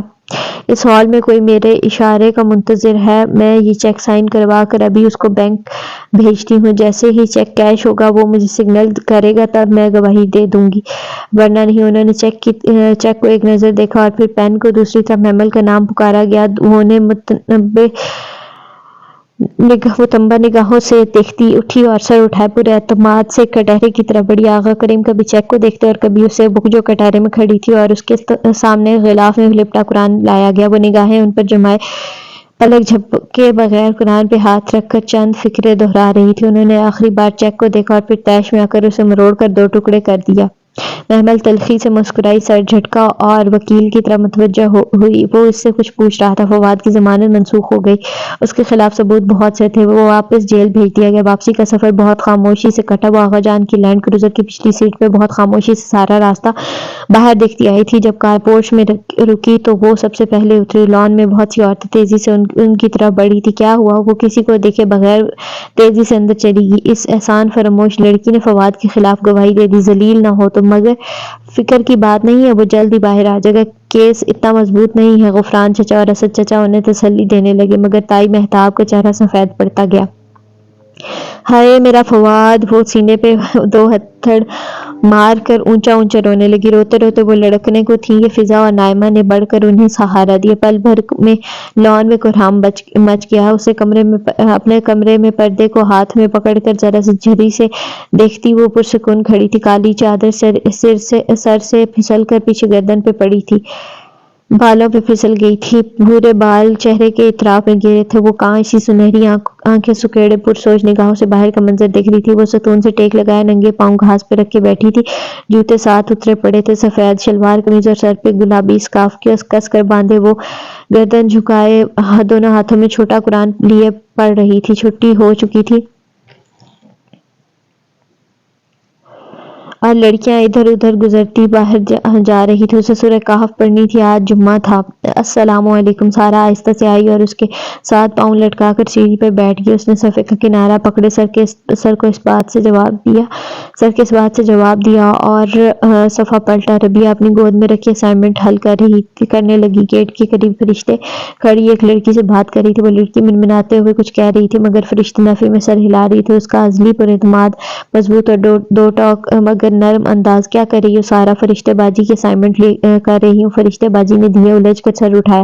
یہ دین اور مذہب میں کیا فرق ہوتا ہے؟ دین ریلیجن کو کہتے ہیں، جیسے اسلام، اور مذہب کسی بھی دین کے کسی اسکول آف تھاٹ کو کہتے ہیں۔ مسلک کسی مذہب کے اندر کسی طریقے کا نام ہوتا ہے، مثلا فقہی مسالک جیسا کہ شافعی، حنفی وغیرہ۔ آئی سمجھ؟ تمہارا فہم اچھا ہے محمل، فرشتے نے سمجھایا تھا۔ اس دن اس نے ذرا سی گردن موڑی۔ ہاں، فرشتے اسی طرح اس سے بات کر رہی تھی۔ سارا بھی اس کی نگاہوں کے تعاقب میں اسے دیکھنے لگی۔ فرشتے کی آئز مجھے پسند ہے، محمل کے لبوں سے پھسلا۔ ہاں، بہت مشابہت ہے۔ آئی نو۔ وہ بری طرح چونکی۔ مشابہت؟ وہ ایک دم بہت پرجوش ہو کر اس کی طرف پوری مڑی۔ مشابہت ہے نا سارا؟ مجھے ہمیشہ فرشتے کی آنکھیں دیکھ کر لگا ہے کہ یہ کسی سے بہت ملتی ہیں۔ تمہیں پتا ہے کس سے ملتی ہیں؟ تو تمہیں نہیں پتا؟ ربیہ حیران ہوئی۔ کیا ان کے کزن سے؟ کزن کون؟ چھوڑو، تم بتاؤ کس سے ملتی ہیں؟ ربیہ کچھ دیر حیرت سے دیکھتی رہی، پھر ہنس پڑی۔ تم سے ملتی ہیں محمل، بالکل تمہاری جیسی ہیں۔ تو کیا تم آئینہ نہیں دیکھتی؟ مجھ سے؟ محمل ساکت رہی۔ اپنا چہرہ ہر وقت نگاہوں کے سامنے نہیں رہتا، شاید اس لیے وہ اتنے عرصے میں اندازہ نہ لگا سکی اس لڑکی کی کسی بات پہ۔ فرشتے ذرا سی مسکرائے۔ اس کی آنکھیں مسکراتے ہوئے کناروں سے ذرا سی چھوٹی ہو گئیں، بالکل اس کی اپنی طرح ہو بہو۔ وہ پلک جھپکے بنا اسے دیکھے گئی۔ وہ بیڈ کراؤن سے ٹیک لگائے گھٹنوں پہ کتاب رکھے سوچ میں گم تھی۔ بھورے بال کھلے شانوں پہ گرے تھے۔ مسرت اندر داخل ہوئی تو وہ اسی طرح خلا میں گور رہی تھی۔ آہٹ پہ چونکی۔ اماں بات سنیں؟ ہاں بولو۔ مسرت الماری کھول کر کچھ تلاش کر رہی تھی۔ آپ ماموں لوگوں سے پھر کبھی نہیں ملی؟ نہیں، ان کے ہاتھ لمحے بھر کو تھمے، پھر دوبارہ کپڑے الٹ پلٹ کرنے لگی۔ ماموں کی ایک ہی بیٹی ہے نا؟ ہاں شاید۔ اس کا نام کیا ہے؟ پتہ نہیں، وہ میری شادی کے بعد ہوئی تھی۔ وہ مطلوبہ کپڑا نکال کر کھلے دروازے سے باہر چلی گئی، اور یہ تو وہ جانتی تھی کہ اماں شادی کے بعد ماموں سے کبھی نہیں ملی، اور نہ وہ خود کبھی ان سے ملی تھی۔ اس نے تو ان کو دیکھا تک نہ تھا۔ اماں اور ابا کی پسند کی شادی تھی، اور اماں کے خاندان والوں نے پھر کبھی رابطہ نہ رکھا تھا۔ آج فرشتے کی آنکھیں دیکھ کر اسے یوں ہی کچھ لگا تھا کہ شاید، مگر خیر، ہم نے فیصلہ کر دیا ہے۔ باہر تائی کے زور سے بولنے کی آواز پہ یکدم اس کا دل دھڑکا۔ وہ کتاب بند کیے لحاف اتار کر تیزی سے ننگے پاؤں باہر آئی۔ اس نے دروازہ کھول کر دیکھا۔ آغا جان اور مہتاب تائی بڑے صوفے پہ بڑے روانیت بھرے انداز میں بیٹھے تھے۔ مسرت ان کے سامنے جیسے بے بس سی کھڑی تھی۔ دروازہ کھلنے کی آواز پہ مسرت نے اسے دیکھا۔ بے بسی آنکھوں میں آنسو۔ اپنی بیٹی کو بھی بتا دینا۔ تائی نے ایک تفاخر بھری نگاہ اس پہ ڈالی۔ ہم اس کو بہو بنا رہے ہیں، ہمارا احسان ساری زندگی بھی تم دونوں چاہو تو نہیں اتار سکتی۔ وہ جہاں تھی وہیں کھڑی رہے گی۔ تو کیا فواد واقعی جیل سے باہر آ گئے؟ مگر بھابی، مسرت کی آنسو میں ڈوبی آواز محمل کبھی نہیں مانے گی وسیم کے لیے۔ وسیم جھٹکے سے 2 قدم پیچھے ہٹا۔ اور یہ چند روز پرانی ہی تو بات تھی جب فریدہ پھپھو نے گھر آ کر خوب مزے لے کر وسیم کے چند آنکھوں دیکھے قصے سنائے تھے۔ فریدہ پھپھو محمل کے ابا کی کزن تھی، اور ہر خبر سارے خاندان میں سب سے پہلے ان کے پاس پہنچتی تھی۔ گھر میں تو چلو ان کو تائی نے چپ کرا دیا، مگر ہفتے بعد ہی ایک شادی کی تقریب میں انہوں نے وہی قصے چھیڑ دیے۔ ابھی فواد کی گرفتاری کے چرچے پرانے نہیں ہوئے تھے، خاندان والوں کے ہاتھ ایک اور شوشہ لگ گیا۔ پوری تقریب گویا اکھاڑا بن گئی۔ تائی مہتاب ان عورتوں کو جتنا لعن طعن کر سکتی تھی کیا، مگر وہ اکیلی تھی، اور مقابل پورا جتھا تھا۔ معنی خیز نگاہیں اور طنزیہ انداز۔ برا نہ ماننا مہتاب بھابی، مگر وسیم کو میرے سمی نے ہی نشے کی حالت میں رات کے 2 بجے سڑک سے اٹھا کر تمہارے گھر پہنچایا تھا۔ ہاں، تو سمی خود اس وقت ادھر کیا کر رہا تھا؟ تائی ہاتھ نچاتے ہوئے غصے سے بے قابو ہو کر بولی۔ وسیم کی بات بچپن سے آغا جان کے چچا زاد آغا سکندر کی بیٹی کے ساتھ طے تھی۔ کچھ عرصے سے آغا جان آغا سکندر کی فیملی کھچی کھچی سی رہنے لگی تھی، اور جب یہ باتیں منظر عام پہ آئیں تو انہوں نے فون پہ ہی 2 ٹوک رشتہ ختم کر دیا۔ گزرے برسوں کی ایک نادانی تھی وہ مہتاب بھابی، بھلا کس طرح ہم اپنی بیٹی کو ایک لڑکے سے بیاہ دیں جسے پورے خاندان میں کوئی رشتہ دینے کو تیار نہیں، اور میں بھی آپ کو خاندان کی سب سے خوبصورت لڑکی وسیم کی دلہن بنا کر دکھاؤں گی۔ تائی نے بھی کھولتے ہوئے فون پٹخا تھا۔ محمل کو قابو کرنے، اس کی جائیداد حاصل کرنے، اور وسیم کو بیاہ کر خاندان میں گردن اونچی کرنے کا بہترین حل تائی کو نظر آ ہی گیا تھا۔ انہوں نے ایک تیر سے 3 شکار کر لیے تھے۔ وہ سر جھکائے تھے، سے سڑک کے کنارے چلتی جا رہی تھی، آنکھوں سے ٹپ ٹپ آنسو گر رہے تھے۔ لمبے سیدھے بھورے بال شانوں پہ پھیل کر کمر پہ گر رہے تھے۔ کہاں کدھر اسے کچھ پتہ نہیں تھا۔ زندگی اس کے ساتھ یوں بھی کر سکتی ہے، اس نے سوچا بھی نہ تھا۔ ایک تنگ پھندا تھا جو اسے اپنی گردن کے گرد کستا محسوس ہو رہا تھا۔ اداس درختوں کی گھنی پہاڑ آج بھی ویسے ہی کھڑی تھی، شام کے پرندے شاخوں پہ لوٹ آئے تھے۔ وہ راستہ جانا پہچانا تھا۔ وہ تیز تیز قدم اٹھا رہی تھی جب اس کی سماعتوں نے وہ آواز سنی، محمل رکو! مگر وہ نہیں رکی، اسے رکنا نہیں تھا، وہ رکنے والا راستہ تھا بھی نہیں۔ محمل! وہ تیز دوڑتا اس کے ساتھ آ ملا۔ بات تو سنو! پھولی سانسوں سے اس کی بائیں طرف اس کی رفتار سے بہت مشکل مل پاتا وہ ہمایوں تھا، ٹریک سوٹ میں ملبوس۔ وہ شاید جاگنگ سے آ رہا تھا۔ کیا ہوا ہے محمل؟ مجھے بھی نہیں بتاؤ گی؟ اس کے قدم تھمے، بہت آہستہ سے اس نے گردن اٹھائی، بھیگی سنہری آنکھوں سے آنسو مسلسل گر رہے تھے۔ میرا اور آپ کا کیا رشتہ ہے جو میں آپ کو بتاؤں؟ کیا انسانیت کا رشتہ کچھ نہیں ہوتا؟ کچھ نہیں ہوتا، مگر ہوا کیا ہے؟ میری تائی نے میرا رشتہ اپنے آوارہ بیٹے سے طے کر دیا، تو تم رو کیوں رہی ہو؟ پھر کیا خوشی مناؤں؟ پوری اس کی طرف گھومی، وہ سر شدت سے ابلا تھا۔ یہی شخص تھا اس کی ہر مشکل کا ذمہ دار۔ ٹھیک ہے، تم صاف انکار کر دو، کچھ اور کر لو، لیکن اگر یوں اپنے آپ پہ ظلم سہتے رہو گی تو گھٹ گھٹ کر مر جاؤ گی۔ اس نے بھیگی آنکھوں سے ہمایوں کا چہرہ دیکھا، مغرور مگر فکر مند چہرہ۔ مگر میں مروں یا جیوں آپ کو کیا فرق پڑتا ہے؟ اس کے انداز پہ وہ چند لمحے لب بھینچے خاموش کھڑا رہا، پھر گہری سانس اندر کو کھینچی۔ ہاں، مجھے نہیں فرق پڑتا، اور واپس پلٹ گیا ہوں۔ محمل نے استزائیہ سر جھٹکا۔ آپ وہی ہیں نا بیچ راہ میں چھوڑ دینے والے؟ وہ جیسے چونک کر پلٹا۔ اسی پل ہوا کا ایک تیز جھونکا آیا تھا، اس کے بھیگے چہرے کے اطراف میں گرے بال پیچھے کو اڑنے لگے۔ اور آپ کو پتہ ہے ہمایوں، اسی لیے آپ سے میں نے کبھی امید ہی نہیں لگائی۔ پھر کیا میں نہ لوں؟ وہ کہہ کر واپس پلٹ گئی۔ ہوا بھی پلٹ گئی، شام کے پرندے بھی پلٹ گئے۔ وہ ساکت سا تارکول کی ویران سڑک پہ کھڑا رہ گیا۔ وہ درختوں کی بہاڑ اب بھی اداسی سر جھکائے کھڑی تھی۔ اس نے اسٹاف روم کے دروازے پہ ہلکی سی دستک دی، چند لمحے منتظر سی کھڑی رہی، پھر جواب نہ پا کر اندر جھانکا۔ اسٹاف روم خالی تھا۔ وہ کتابیں سینے سے لگائے متذبذب سی واپس پلٹ گئی۔ اسی پل سامنے سے ایک گروپ انچارج آتی دکھائی دی۔ السلام علیکم باجی، میم فرشتے کدھر ہیں؟ فرشتے باجی ہاسٹل میں لائبریری میں ہوں گی، ان کو کچھ کام تھا اس لیے وہ آج آ نہیں سکی۔ اچھا۔ وہ تیزی سے سیڑھیاں پھلانگنے لگی۔ لائبریری کا گلاس ڈور کھلا تھا، اس نے قدرے جھجکتے ہوئے اندر قدم رکھے۔ کتابوں کے اونچے ریکس اور دیوار کی فرنچ ونڈوز، لائبریری کا مخصوص خاموش ماحول۔ فرشتے! اس نے ہولے سے پکارا۔ خاموش لائبریری کا تقدس زخمی ہوا تو وہ گڑبڑا کر چپ ہو گئی۔ ادھر! لائبریرین کسی کونے سے نکل کر آئی اور ایک طرف اشارہ کیا۔ وہ شرمندہ سے ادھر لپکی، چند ریک سے گزر کر اس نے دوسری طرف جھانکا۔ وہ کتاب اٹھائے کھڑکی سے باہر دیکھ رہی تھی، ہلکے گلابی شلوار قمیض پہ گرے دوپٹہ، شانوں کے گرد لپیٹے۔ فرشتے کی اس کی طرف پشت تھی۔ محمل کو اس کی کمر پہ گرتے سیدھے بھورے بال دکھائی دیے تھے۔ وہ ذرا سی حیران ہوئی تھی، اس نے ہمیشہ حجاب میں ملبوس فرشتے کو دیکھا تھا، سر ڈھکے بغیر تو وہ قطعاً مختلف لگ رہی تھی۔ فرشتے! وہ جیسے چونک کر مڑی، اسے دیکھا تو مسکرا دی۔ ارے ماشاء اللہ، آج تو لوگ لائبریری آئے ہیں، مگر صرف آپ سے ملنے۔ بیٹھو۔ وہ کھڑکی سے لگی کرسی پر آ بیٹھی تھی، جس کے سامنے میز تھی۔ میز کے اس طرف ایک خالی کرسی رکھی تھی، وہ محمل نے سنبھال لی تھی اور کتابیں میز پہ رکھ دیں۔ مجھے ہمایوں نے کچھ بتایا تھا، وہ کہنے لگی تو محمل خاموشی سے اسے دیکھے گئی۔ لمبے سیدھے بھورے بال جو اس نے کانوں کے پیچھے کر رکھے تھے، دمکتی رنگت والا چہرہ اور کانچ سی سنہری آنکھیں۔ اس کے نقش مختلف تھے، مگر آنکھیں اور بال یوں تھے جیسے وہ آئینہ دیکھ رہی ہو۔ تو تمہارا رشتہ انہوں نے اپنے بیٹے سے طے کر دیا ہے؟ محمل نے ہلکا سا اس بات میں سر ہلایا۔ تو تم انکار کر دو۔ کس کے لیے انکار کروں؟ اس کے لیے جو بیچ راہ میں چھوڑ جاتا ہے۔ وہ کہنا چاہتی تھی مگر کہہ نہ سکی۔ یہ تو ابھی اس نے اپنے دل سے بھی نہ کہا تھا۔ فرشتے سے کیسے کہتی؟ میں کیوں انکار کروں؟ کیا میں صبر کر کے اجر نہ لوں؟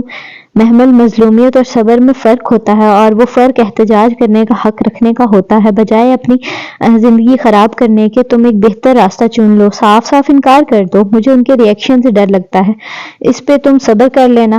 وہ ہلکی سی مسکرائی۔ رشتہ داروں کے ساتھ بہت صبر سے گزارا کرنا پڑتا ہے لڑکی۔ آپ کرتی ہیں صبر؟ کیا مطلب؟ آپ کے رشتہ دار ہیں فرشتے؟ آپ کے پیرنٹس اور ہمایوں کے پیرنٹس؟ اس نے سوال ادھورا چھوڑا۔ جانتی تھی فرشتے کو ادھورے سوال پڑھنے آتے ہیں۔ میری امی کی ایک بہن تھی، ہمایوں ان کا بیٹا ہے۔ ان کی ڈیتھ کے بعد امی نے ہمایوں کو گود لے لیا تھا۔ یہ بہت پرانی بات ہے، 1.5 سال پہلے میری امی کی ڈیتھ ہو گئی۔ پھر میں نے اور ہمایوں نے فیصلہ کیا کہ گھر میں ہمایوں رہے اور میں ہاسٹل میں رہوں۔ اور آپ کے ابو؟ میں میٹرک میں تھی جب ان کی ڈیتھ ہوئی۔ آپ کے ابو کی کوئی بہن تو ہوں گی؟ اس نے اندھیرے میں تیر چلایا۔ ہاں، ایک بہن ہے۔ فرشتے کھڑکی سے باہر دیکھ رہی تھی۔ کدھر رہتی ہیں؟ یہی اسی شہر میں وہ آپ سے ملتی ہیں؟ نہیں، کچھ پرابلمز کی وجہ سے وہ لوگ مجھ سے نہیں ملتے۔ اور آپ؟ میں کوشش تو کرتی ہوں کہ ہر عید پہ ان کے گھر ہو آؤں، لیکن وہ میرے اوپر دروازے بند کر دیتے ہیں۔ پھر وہ بنا پلک جھپکے اسے دیکھتی جا رہی تھی۔ اب پھر میں کیک اور پھول دے کر واپس آ جاتی ہوں۔ میری اتنی ہی استطاعت ہے، آگے کیا کر سکتی ہوں؟ وہ سادگی سے مسکرائے۔ کیک اور پھول؟ عیدوں پہ بہت جگہوں سے مٹھائی اور کیک پھول وغیرہ آتے تھے، کیا وہ بھی بھیجتی تھی؟ آپ کی پھوپھو کے کتنے بچے؟ ایک ہی بیٹی ہے۔ اور اسے پتا تھا فرشتے جھوٹ نہیں بولتی، اس کا تجسس تھا کہ بڑھتا ہی جا رہا تھا۔ کیا عمر ہوگی اس کی؟ مجھ سے تو چند سال چھوٹی ہی ہے۔ نام کیا ہے؟ یہ ضروری تو نہیں ہے محمل۔ فرشتے جیسے ذرا سی مضطرب ہوئی تھی۔ ہو سکتا ہے میں آپ کی فیملیز کو ملانے میں کچھ مدد کر سکوں۔ نہیں، فرشتے نے بغور اسے دیکھتے نفی میں سر ہلایا۔ تو میری پھوپھو کی بیٹی کو نہیں جانتی؟ پھر بھی کیا ہم ٹاپک چینج کر سکتے؟ اس کے ازلی ٹھوس اور قطعی انداز پہ وہ گہری سانس لے کر رہ گئی۔ یہ کھڑکیاں بہت خوبصورت ہیں، وہ کہہ کر پرسوچ انداز میں کھڑکی کے باہر اترتی صبح کو دیکھنے لگی۔ رات کھانے کے بعد اس نے سب کے کمروں میں چلے جانے کا انتظار کیا، یہاں تک کہ لاؤنج میں ٹی وی کے آگے جم کر بیٹھی لڑکیاں بھی اٹھ کر جانے لگی اور لاؤنج خالی رہ گیا تو وہ دبے قدموں باہر نکلی۔ آج اسے آغا جان کو صاف انکار کرنا تھا۔ لاؤنج اندھیرے میں ڈوبا تھا، آغا جان کے بیڈ روم کے دروازے سے روشنی کی لکیر آ رہی تھی۔ وہ آہستہ آہستہ قدم اٹھاتی دروازے تک آئی، قریب تھا کہ وہ دستک دے ڈالتی کہ اندر سے آتی آوازوں نے اس کے ہاتھ روک لیا۔ اس لڑکی سے کوئی بعید نہیں، آج پھر میرے آفس آ گئی تھی، آغا جان کی سوچ میں ڈوبی آواز آئی۔ کون؟ فرشتے؟ تائی کا حیران کن لہجہ، پھر وہی پرانی بات کرنے کہ محمل کی جائیداد میں اس کا بھی حصہ نکالے۔ محمل کو لگا پوری چھت اس پہ آن گری ہے۔ ہاں، آج وہ آفس آئی تھی اور یہ بھی کہہ رہی تھی کہ اگر ہم نے وسیم سے محمل کا رشتہ کرنے کی کوشش کی تو تایا جان کچھ کہہ رہے تھے، اور چند دن پہلے کی پڑھی گئی ایک حدیث اس کے کان میں گونجی، جس کا فہم کچھ یوں اس طرح تھا کہ اگر کوئی تمہارے گھر میں جھانکے اور تم پتھر مار کر اس کی آنکھ پھوڑ دو تو تم پہ گناہ نہیں۔ وہ گھبرا اٹھی، اسے نہیں دیکھنا چاہیے، وہ غلط کر رہی ہے، وہ کسی کی پرائیویسی میں جھانک رہی ہے۔ اگلے ہی لمحے وہ واپس کمرے کی طرف بھاگی تھی۔ دروازے کی کنڈی لگا کر وہ کھلی سانس کو قابو کرتی بیڈ پہ گر سی گئی تھی اور دونوں ہاتھوں میں سر تھام لیا۔ محمل کی جائیداد میں فرشتے کا حصہ؟ گو کہ اسے شک تھا کہ فرشتے کا اس سے تعلق ضرور ہے، اور شاید بلکہ یقیناً وہ اس کے انقطع تعلق کیے ہوئے ننیالی رشتہ داروں میں سے ہے، لیکن پھر بھی تائی کے منہ سے اس کا نام سن کر اسے بہت بڑا جھٹکا لگا تھا۔ اس سے بھی بڑا جھٹکا فرشتے کا مطالبہ جان کر۔ کیا فرشتے نے یہ مطالبہ کیا ہے کہ محمل کے حصے میں سے اسے بھی کچھ دیا جائے؟ مگر کیوں؟ فرشتے ایسے کیوں کرے گی؟ اس کی نگاہوں میں ایک سراپا لہرایا۔ سیاہ عبایا میں ملبوس گرے اسکارف میں ملائم چہرے کو مکیل کیے، سنہری آنکھیں جھکائے، دونوں ہاتھوں میں چھوٹا قرآن پکڑے، بال پوائنٹ سے صفحے پہ کچھ مارک کرتی فرشتے۔ وہ کون تھی؟ اس کا پورا نام کیا تھا؟ وہ ہمایوں سے زیادہ ملتی نہ تھی، لیکن محمل کے متعلق ہر خبر اس کے پاس ہوتی تھی۔ وہ کیوں اس کی خبر رکھتی تھی؟ اور وہ کیوں آغا جان سے ملتی تھی؟ بہت سی الجھنوں کے سرے وہ سلجھا نہ پا رہی تھی، لیکن ایک بات طے تھی، فرشتے کا عظمت بھرا وہ تصور جو اس نے ذہن میں بنا رکھا تھا گر کر پاش ہو گیا تھا، پتہ نہیں کیوں۔ وہ چینی کی پلیٹیں احتیاط سے کیبنٹ سے نکال کر کاؤنٹر پہ رکھ رہی تھی جب آہٹ پہ چونک کر پلٹی۔ کچن کے کھلے دروازے میں فضا چچی کھڑی اس کو بغور دیکھ رہی تھی۔ جی چچی؟ وہ قدرے الجھی، پھر ایک نظر خود پہ ڈالی۔ سادہ سی گلابی شلوار قمیض پر سیاہ دوپٹہ، کندھوں کے گرد لپیٹے سلکی بالوں کو اونچی پونی ٹیل میں مکیٹ کیے وہ ہر دن کی طرح ہی لگ رہی تھی۔ پھر چچی کو کیا ہوا تھا؟ کچھ چاہیے چچی؟ اس نے پھر پوچھا۔ ان کی نظریں اب اس کو پریشان کرنے لگی تھی۔ نہیں۔ فضا چچی نے سر جھٹکا اور واپس چلی گئی۔ جاتے سمے اسے ان کے چہرے پہ ہلکا سا تنفر نظر آیا تھا۔ ان کو کیا ہوا ہے؟ وہ پلیٹیں کپڑے سے صاف کرتے ہوئے سوچنے لگی، پھر شانے اچکا کر کام میں مصروف ہوگی۔ ڈنر کا ٹائم ہونے والا تھا اور اسے میز پر کھانا لگانا تھا۔ سب آتے ہی ہوں گے۔ میں نے اور مسرت نے وسیم اور محمل کا رشتہ طے کر دیا، آپ سب کو یقیناً علم ہوگا۔ وہ رائتے کا ڈونگا میز پہ رکھ رہی تھی جب آغا جان نے سب کو مخاطب کیا۔ ڈائننگ ہال میں سناٹا چھا گیا، گو کہ سب کو معلوم ہی تھا، پھر بھی سب چپ تھے۔ وہ سر جھکائے اپنی آخری کرسی پہ آ بیٹھی اور پلیٹ اپنی جانب کھسکائی۔ یہ فیصلہ آپ نے بالا ہی بالا کر لیا یا؟ مسرت چچی سے پوچھنے کی زحمت بھی کی۔ حسن کے طنزیہ لہجے نے سب کو چونکایا تھا۔ وہ بھی بے اختیار سر اٹھا کر اسے دیکھنے لگی جو اکھڑے تیوروں کے ساتھ آغا جان کو دیکھ رہا تھا۔ کیا مطلب؟ مسرت کی مرضی سے ہوا ہے رشتہ؟ آغا جان برہم بھی ہوئے اور حیران بھی۔ کیوں چچی؟ اس نے خاموشی سے سر جھکائے بیٹھی مسرت کو مخاطب کیا۔ آپ کو اس وسیم کا رشتہ منظور ہے جسے خاندان میں کوئی بیٹی دینے کو تیار نہیں۔ مسرت کا جھکا سر مزید جھک گیا۔ فضا نے ناگواری سے پہلو بدلا۔ بتائیے چچی۔ اگر آپ خاموش رہیں تو اس کا مطلب ہے آپ کے ساتھ آغا جان نے زبردستی کی ہے۔ کیا بکواس ہے یہ حسن؟ آغا جان مجھے مسرت چچی سے بات کرنے دیں۔ حسن کی آواز بلند ہونے لگی تھی۔ سب دم بخود اس کو دیکھ رہے تھے۔ بتائیے چچی، آپ کو یہ رشتہ منظور ہے؟ نہیں، محمل نے قطعی انداز میں کہا۔ اسے معلوم تھا اس کی ماں کچھ نہیں بول سکے گی۔ سب نے چونک کر اسے دیکھا، خود حسن بھی قدرے ٹھٹکا۔ تم بیچ میں مت بولو، آغا جان برہم ہوئے تھے۔ ابھی نہیں بولی تو نکاح کے وقت انکار کر دوں گی۔ یہ حق مجھے میرے دین نے دیا ہے۔ آپ نے میرے ساتھ زبردستی کی تو میں کورٹ تک چلی جاؤں گی۔ مگر تمہیں کیا مسئلہ ہے وسیم سے؟ غفران چچا جھنجھلائے۔ ایسی ہی جھنجھلاہٹ فضا کے چہرے پہ بھی تھی۔ اگر وسیم اتنا ہی اچھا ہے تو غفران چچا، آپ ندا یا سامیہ باجی کا رشتہ اس کے ساتھ کیوں نہیں کر دیتے؟ بہت دنوں بعد پورے گھر نے پرانی محمل دیکھی تھی۔ Shut up! میں انکار کر چکی ہوں۔ اگر آپ لوگوں کو مزید اپنی بے عزتی کروانے کا شوق ہے تو میں نکاح کے موقع پر بھی اس سے بھی زوردار انکار کروں گی۔ ارے شکر کرو کہ ہم تمہیں بہو بنا رہے ہیں۔ بہت دیر سے خاموش بیٹھی تائی مہتاب ضبط نہ کر پائیں۔ جو لڑکی ایک رات گھر سے باہر رہ چکی ہو اسے کوئی بھی قبول نہیں کرتا۔ ہم بہو نہ بنائیں تو کون قبول کرے گا تمہیں؟ میں۔ حسن جیسے بھڑک کر بولا تھا۔ میں قبول کروں گا محمل کو۔ وہ وسیم سے شادی نہیں کرنا چاہتی۔ میں اپنا نام مسرت چچی کے سامنے رکھ رہا ہوں اور چچی میں آپ کے جواب کا منتظر رہوں گا۔ ہرگز نہیں۔ فضا پھٹ پڑی۔ میں اس لڑکی کو کبھی قبول نہیں کروں گی جو کسی کے ساتھ بھاگ گئی تھی۔ ممی! وہ زور سے چیخا تھا۔ اس سے مزید سنا نہیں گیا۔ وہ کرسی دھکیل کر بھاگتی ہوئی ڈائننگ ہال سے نکل گئی۔ بریگیڈیئر فرقان کا بنگلہ جس کے ٹیرس پہ بوگن ویلیا کی بیلوں کا راج تھا آج بھی اسے ویسا ہی اداس اور ویران لگ رہا تھا، بلکہ وہ شاید ہمیشہ ہی ایسا ہوتا تھا۔ مکین کے خود قرآن پڑھنے اور مکان کو محض سنوارنے میں بہرحال فرق تو ہوتا ہے۔ آج پھر وہ چند پمفلٹس ہاتھ میں پکڑے ان کے گیٹ پر کھڑی تھی۔ بیل پہ ملازم نے بھاگ کر چھوٹا دروازہ کھولا۔ جی بیوی۔ اس نے سر باہر نکالا۔ مجھے بریگیڈیئر فرقان سے ملنا ہے۔ وہ اندر ہیں؟ جی وہ کام کر رہے ہیں۔ اور ان سے کہو محمل آئی ہے۔ قدرے تحکم سے کہہ کر وہ سینے پہ بازو باندھے وہیں کھڑی ہو گئی۔ فوراً ملازم اندر کو دوڑا۔ چند لمحے ہی بعد اس کی واپسی ہوئی۔ صاحب کہہ رہے ہیں آپ اپنے ایک کاغذ لے لیں۔ اس نے پرانے پمفلٹس اس کی طرف بڑھائے۔ انہوں نے پڑھ لیے؟ نہیں جی، وہ مصروف تھے۔ اپنے صاحب کو کہو یہ ان پہ میری امانت تھی۔ جب انہوں نے لیے تھے تو میری سونپی گئی ذمہ داری بھی انہیں نبھانی تھی، ورنہ لینے سے ہی انکار کر دیتے۔ انہوں نے خیانت کر کے یہ لوٹائے ہیں اور اگر میں نے معاف نہیں کیا تو ان کو معافی نہیں ملے گی۔ ملازم ہونکوں کی طرح اسے دیکھنے لگا، پھر اندر لپکا۔ صاحب آپ کو اندر بلا رہے ہیں۔ وہ پیغام دے کر جلدی ہی واپس آیا تھا۔ شکریہ۔ وہ پر اعتماد سی اندر چلی آئی۔ اسٹڈی کا دروازہ کھلا تھا۔ محمل نے چوکھٹ میں کھڑے کھڑے دروازہ انگلی کی پشت سے بجایا۔ اسٹڈی ٹیبل کے پیچھے ریوالونگ چیئر پہ بیٹھے بریگیڈیئر فرقان نے کتاب پہ جھکا سر اٹھایا اور اینک کے پیچھے سے اسے دیکھا جو دروازے کے بیچ کھڑی تھی۔ یونیفارم کی سفید شلوار قمیض اور چہرے کے گرد نفاست سے لپٹا تر و تازہ گلابی اسکارف جو پیچھے سے اونچی پونی کے باعث ذرا سا اٹھ گیا تھا۔ ہاتھ میں چند پمفلٹس پکڑے وہ دراز قد سنہری آنکھوں والی لڑکی منتظر سی کھڑی تھی۔ کم ان۔ بریگیڈیئر فرقان نے چشمہ اتار کر میز پہ رکھا، کتاب بند کیا اور کرسی پہ گدرے پیچھے کو ٹیک لگائی۔ میں کچھ پمفلٹس لے کر گئی تھی اور میں نے واپس کر دیے تھے اور کچھ۔ ان کے باروب چہرے سے قدرے ناگواری سی جھلک رہی تھی۔ جی یہ کچھ اور ہیں۔ اور وہ آگے بڑھی اور چند پمفلٹس ان کی میز پہ رکھی۔ یہ آپ پڑھ کر مجھے واپس کر دیجیے گا۔ مگر مجھے یہ نہیں چاہیے، وہ بیزار سے بولا۔ میں نے آپ کو چوائس تو نہیں دی سر، آپ کو یہ لینے پڑیں گے۔ میں کچھ عرصے بعد آ کر واپس لے لوں گی۔ پڑھ کر سنبھال لیجیے گا، ان پہ اللہ کا نام لکھا ہے۔ امید ہے آپ پھینکیں گے نہیں۔ وہ کھڑی کھڑی کہہ کر تیزی سے واپس پلٹ گئی۔ بریگیڈیئر فرقان نے تلملا کر ایک نظر ان پمفلٹس کو دیکھا، پھر دراز میں ڈال کر اپنی اینک اٹھائی اور کچھ بڑبڑاتے ہوئے کتاب کھول دی۔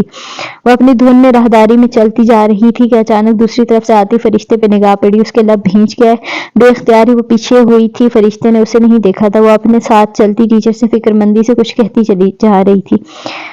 محمل الٹے قدموں واپس ہوئی اور برآمدے میں رخ موڑ کر کھڑی ہوگی۔ اس کی توقع کے عین مطابق فرشتے نے اس کی موجودگی نوٹ نہیں کی تھی۔ ساتھی اور ٹیچر کے ہمراہ نیچے پریئر ہال کی سیڑھیاں اترتی گئی تھی۔ پریئر ہال میں ملک کے نامور مذہبی اسکالر ڈاکٹر سرور مرزا کے لیکچر کا انعقاد تھا۔ وہ بھی سست روی سے چلتی ہوئی ایک درمیانی صف کی نشست پہ آ بیٹھی۔ ابھی لیکچر شروع نہیں ہوا تھا۔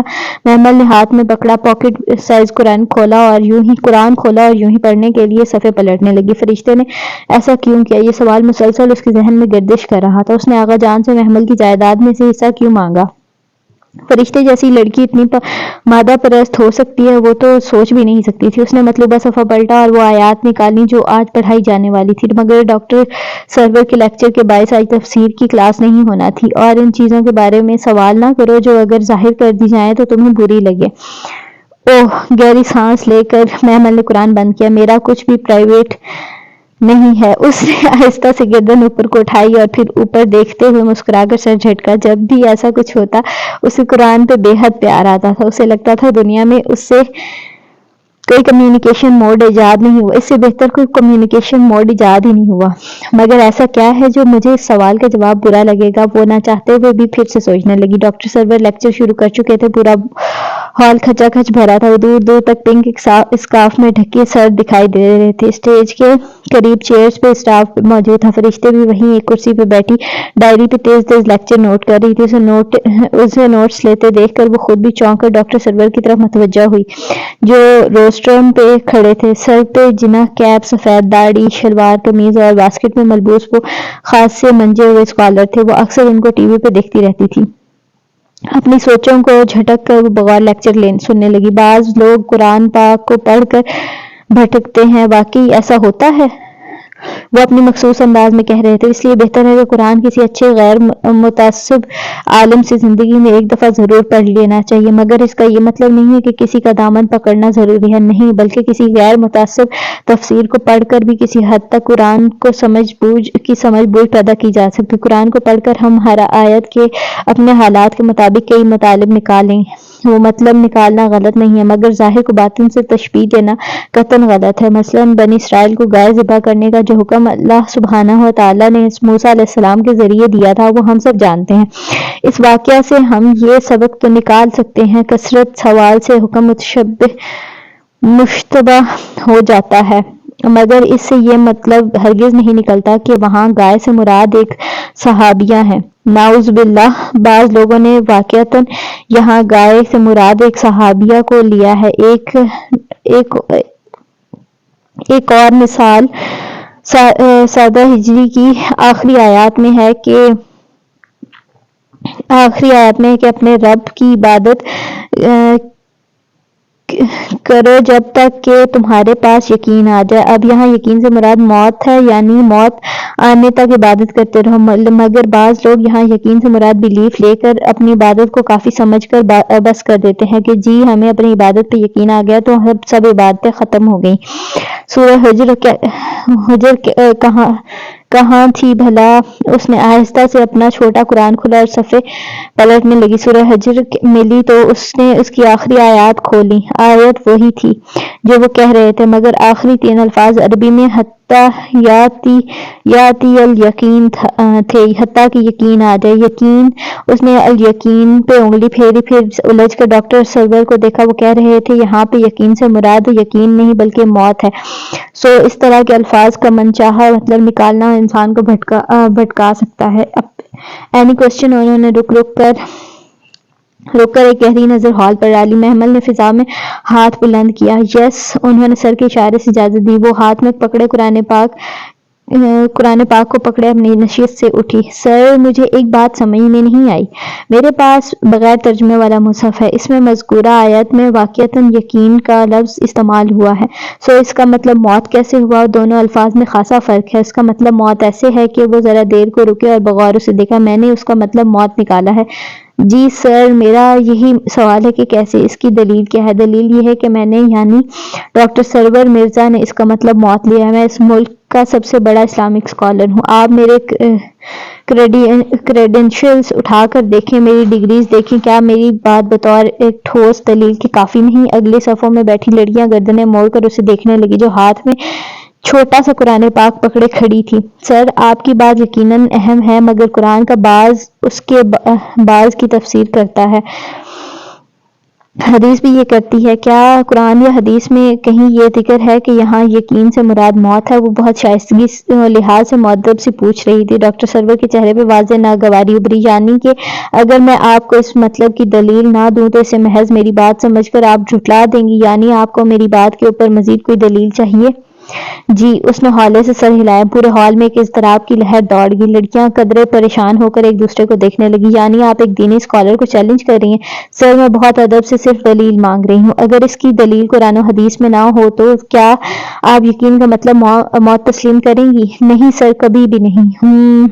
ڈاکٹر سرور نے گہری سانس لے کر ہال پہ ایک نظر دوڑائی۔ کیا کوئی اور بھی ہے جو اپنی عمر سے زیادہ طویل تجربے کے حامل ایک اسکالر کو چیلنج کرے؟ کسی اور کو بھی دلیل چاہیے؟ بہت سے سر نفی میں ہل گئے۔ وہ اکیلی کھڑی تھی۔ یعنی 300 لڑکیوں میں سے ایک لڑکی کو دلیل چاہیے؟ یہی پڑھا رہے ہیں آپ لوگ اس مسجد میں؟ کون ہے آپ کی کلاس انچارج؟ میڈم مصباح کھڑی ہوئی۔ کیا آپ اس ناکام کلاس رپورٹ کی ذمہ داری لیتی ہیں؟ دن آؤٹ آف 300 کی؟ جی سر۔ میڈم مصباح کا سر قدرے جھک گیا۔ ڈاکٹر سرور نے محمل کو دیکھا۔ کیا آپ کو ابھی بھی دلیل چاہیے؟ جی سر۔ وہ کچھ دیر خاموشی سے اس کا چہرہ دیکھتے رہے، پھر ہلکے سے مسکرائے۔ المدثر آیت 43 سے 47 میں یقین کا لفظ موت کے لیے استعمال ہے۔ وہاں سے ہم دلیل لیتے ہیں کہ یہاں بھی یقین سے مراد موت ہے۔ مجھے خوشی ہے کہ آپ نے مروب ہوئے بغیر ادب کے دائرے میں رہ کر مجھ سے دلیل مانگی، اور مجھے افسوس ہے کہ صرف ایک بچی نے یہ جرأت کی، باقی سب خاموش رہیں۔ 299 لڑکیوں میں یقیناً ابھی یہ کمی موجود ہے جو کہ قرآن کلاس کی ناکام کارکردگی کا ثبوت ہے۔ کیا کوئی شخص ڈگریوں کا پلندہ لے کر آپ کے سامنے آئے، خود کو سب سے بڑا مذہبی اسکالر بتایا تو آپ اس کی بات کو بطور دلیل مان لیں گے؟ کیا آپ کو پہلے دن ہی نہیں بتایا گیا کہ دلیل صرف قرآن یا حدیث ہوتی ہے؟ کسی عالم کی بات دلیل نہیں ہوتی؟ پھر بہت سے گلابی اسکارف میں لپٹے سر جھک گئے۔ محمل سرخرو سی اپنی نشست پہ بیٹھی۔ ڈاکٹر سرور اور بھی بہت کچھ کہہ رہے تھے، مگر وہ سورہ المدثر کھول کر اس آیت کو کاؤنٹر چیک کر رہی تھی۔ سورہ المدثر کی 43 سے 47 تک کا ترجمہ ڈاکٹر سرور کی تصدیق کر رہا تھا۔ محمل لیکچر کے بعد وہ کوریڈور سے گزر رہی تھی جب فرشتے نے اسے پیچھے سے پکارا۔ اس کے قدم وہیں تھم گئے، مگر وہ مڑی نہیں۔ فرشتے تیز تیز چلتی اس کے قریب آئی۔ "I am proud of you Mehmal". وہ یقیناً بہت خوش تھی۔ گرے اسکارف میں مقید اس کا چہرہ دمک رہا تھا۔ محمل اجنبی نظروں سے اسے دیکھتی رہی۔ "ڈاکٹر سرور تم سے بہت خوش ہیں۔ انہوں نے ایک سیمینار کے لیے تمہارا نام دے دیا ہے اور تم میرے ساتھ ادھر جا کر اسپیچ کرو گے۔ آپ کے ساتھ؟ وہ بولی تو اس کی آواز میں خزاؤں کی خشکی تھی۔ "پھر مجھے نہیں جانا"۔ کیا مطلب؟ فرشتے کی مسکراہٹ پہلے مدھم ہوئی اور پھر آنکھوں میں حیرت ابھری۔ "مجھے جھوٹے لوگ سخت ناپسند ہیں"۔ محمل ششدر سی رہ گئی۔ "میں نے کون سا جھوٹ بولا ہے؟ یہ سوال آپ خود سے کیوں نہیں کرتی؟ تم سے کسی نے کچھ کہا ہے؟ میں بچی نہیں ہوں فرشتے"۔ وہ گویا پھٹ پڑی تھی۔ اندر ابلتے لاوے کو باہر کا راستہ نظر آ گیا تھا۔ "آپ کیوں گئی میرے آغا جان کے پاس؟ کیا لگتے ہیں وہ آپ کے؟ میں ایک یتیم لڑکی ہوں۔ کیا آپ کو یتیم کے مال میں سے حصہ چاہیے؟ کیوں کی آپ نے ایسی حرکت؟ آپ کو جانے کس اونچی مسند پہ بٹھا رکھا تھا میں نے؟ بہت بری طرح خود کو گرایا ہے آپ نے۔ میں سوچ بھی نہیں سکتی تھی کہ آپ ایسے کریں گی۔ کیا رشتہ ہے آپ کا مجھ سے؟ آپ جھوٹ نہیں بولتی، مگر سچ چھپانا بھی تو جھوٹ ہوتا ہے"۔ میں نے پوچھا، "آپ کی پھپھو کی بیٹی کا کیا نام ہے"؟ آپ نے نہیں بتایا۔ "کیوں؟ آخر کیوں"؟ فرشتے کا چہرہ سفید پڑ گیا تھا۔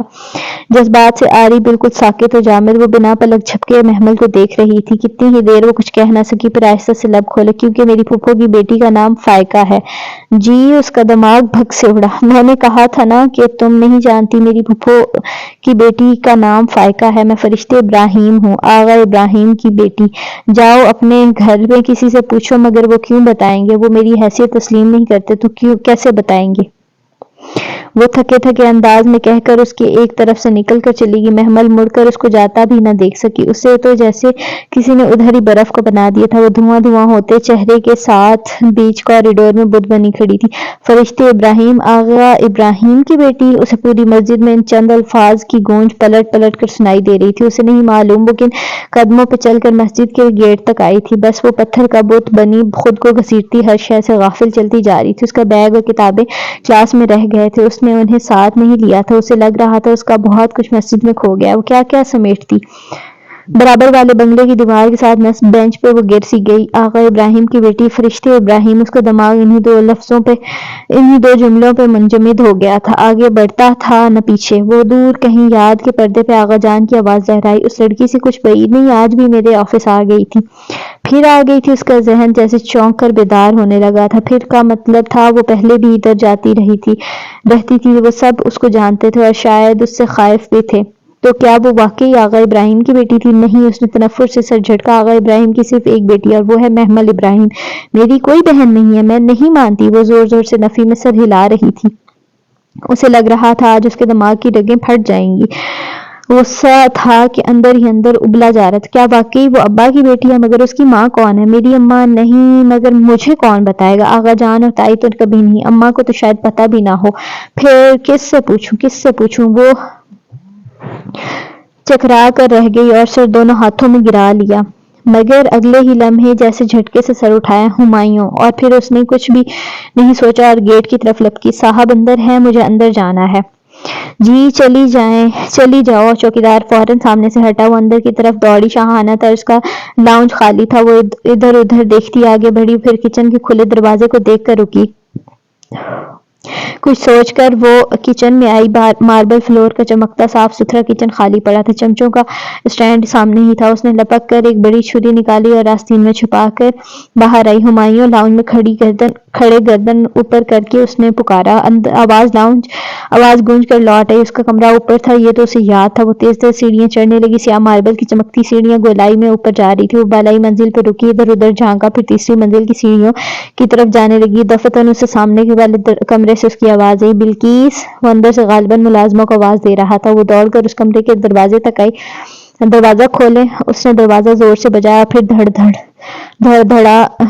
دھڑ بجاتی چلی گئی۔ کون؟ ہمایوں نے حیران سا ہو کر دروازہ کھولا۔ اسے دیکھ کر وہ بری طرح چونکا۔ تم؟ خیریت؟ مجھے آپ سے کچھ پوچھنا ہے۔ ٹھیک ٹھیک بتائیے گا، ورنہ مجھ سے برا کوئی نہیں ہوگا۔ وہ اتنے جارحانہ انداز میں گھرائی کہ وہ پریشان ہی ہو گیا۔ کیا ہوا ہے محمل؟ میری بات کا جواب دیں۔ اچھا اندر آ جاؤ۔ وہ اسے راستہ دیتے ہوئے پیچھے ہوا۔ بلیک ٹراؤزر پہ گرے آدھے بازوؤں والی شرٹ پہنے، ہاتھ میں تولیہ پکڑے، وہ غالباً ابھی نہا کر نکلا تھا۔ ماتھے پہ بکھرے گیلے بالوں سے پانی کے قطرے ٹپک رہے تھے۔ وہ دو قدم اندر آئی، یوں کہ اب دروازے کی چوکھٹ میں کھڑی تھی۔ آپ فرشتے کے کزن ہیں؟ ہاں، کیوں؟ فرشتے کس کی بیٹی ہے؟ اس کا باپ کون ہے؟ باپ؟ وہ ذرا سا چونکا۔ اس نے تم سے کچھ کہا ہے؟ میں نے پوچھا ہے فرشتے کس کی بیٹی ہے؟ وہ دبی دبی سے گھرائی۔ ادھر بیٹھو، آرام سے بات کرتے ہیں۔ وہ اس کو راستہ دیتا اس کی بائیں طرف سے قریب آیا۔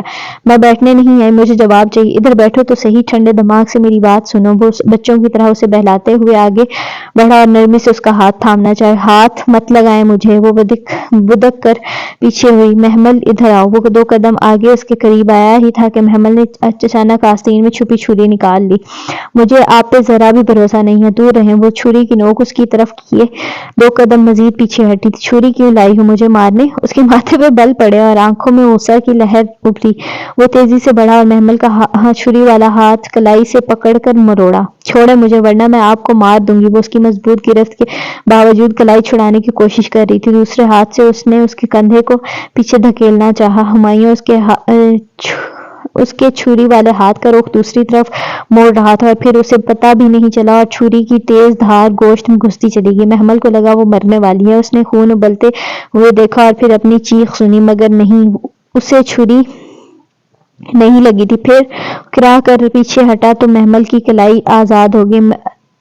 ہمایوں کے دائیں پہلو میں سے خون ابل رہا تھا۔ وہ چھری پہ ہاتھ رکھے لڑکھڑا کر دو قدم پیچھے ہٹا۔ او میرے اللہ، یہ میں نے کیا کر دیا؟ خوف سے اس کی آنکھیں پھٹ گئیں۔ چھری پہ رکھا ہمایوں کا ہاتھ خون سے سرخ پڑنے لگا تھا۔ وہ درد کی شدت سے آنکھیں بند کیے دیوار کے ساتھ بیٹھتا چلا گیا۔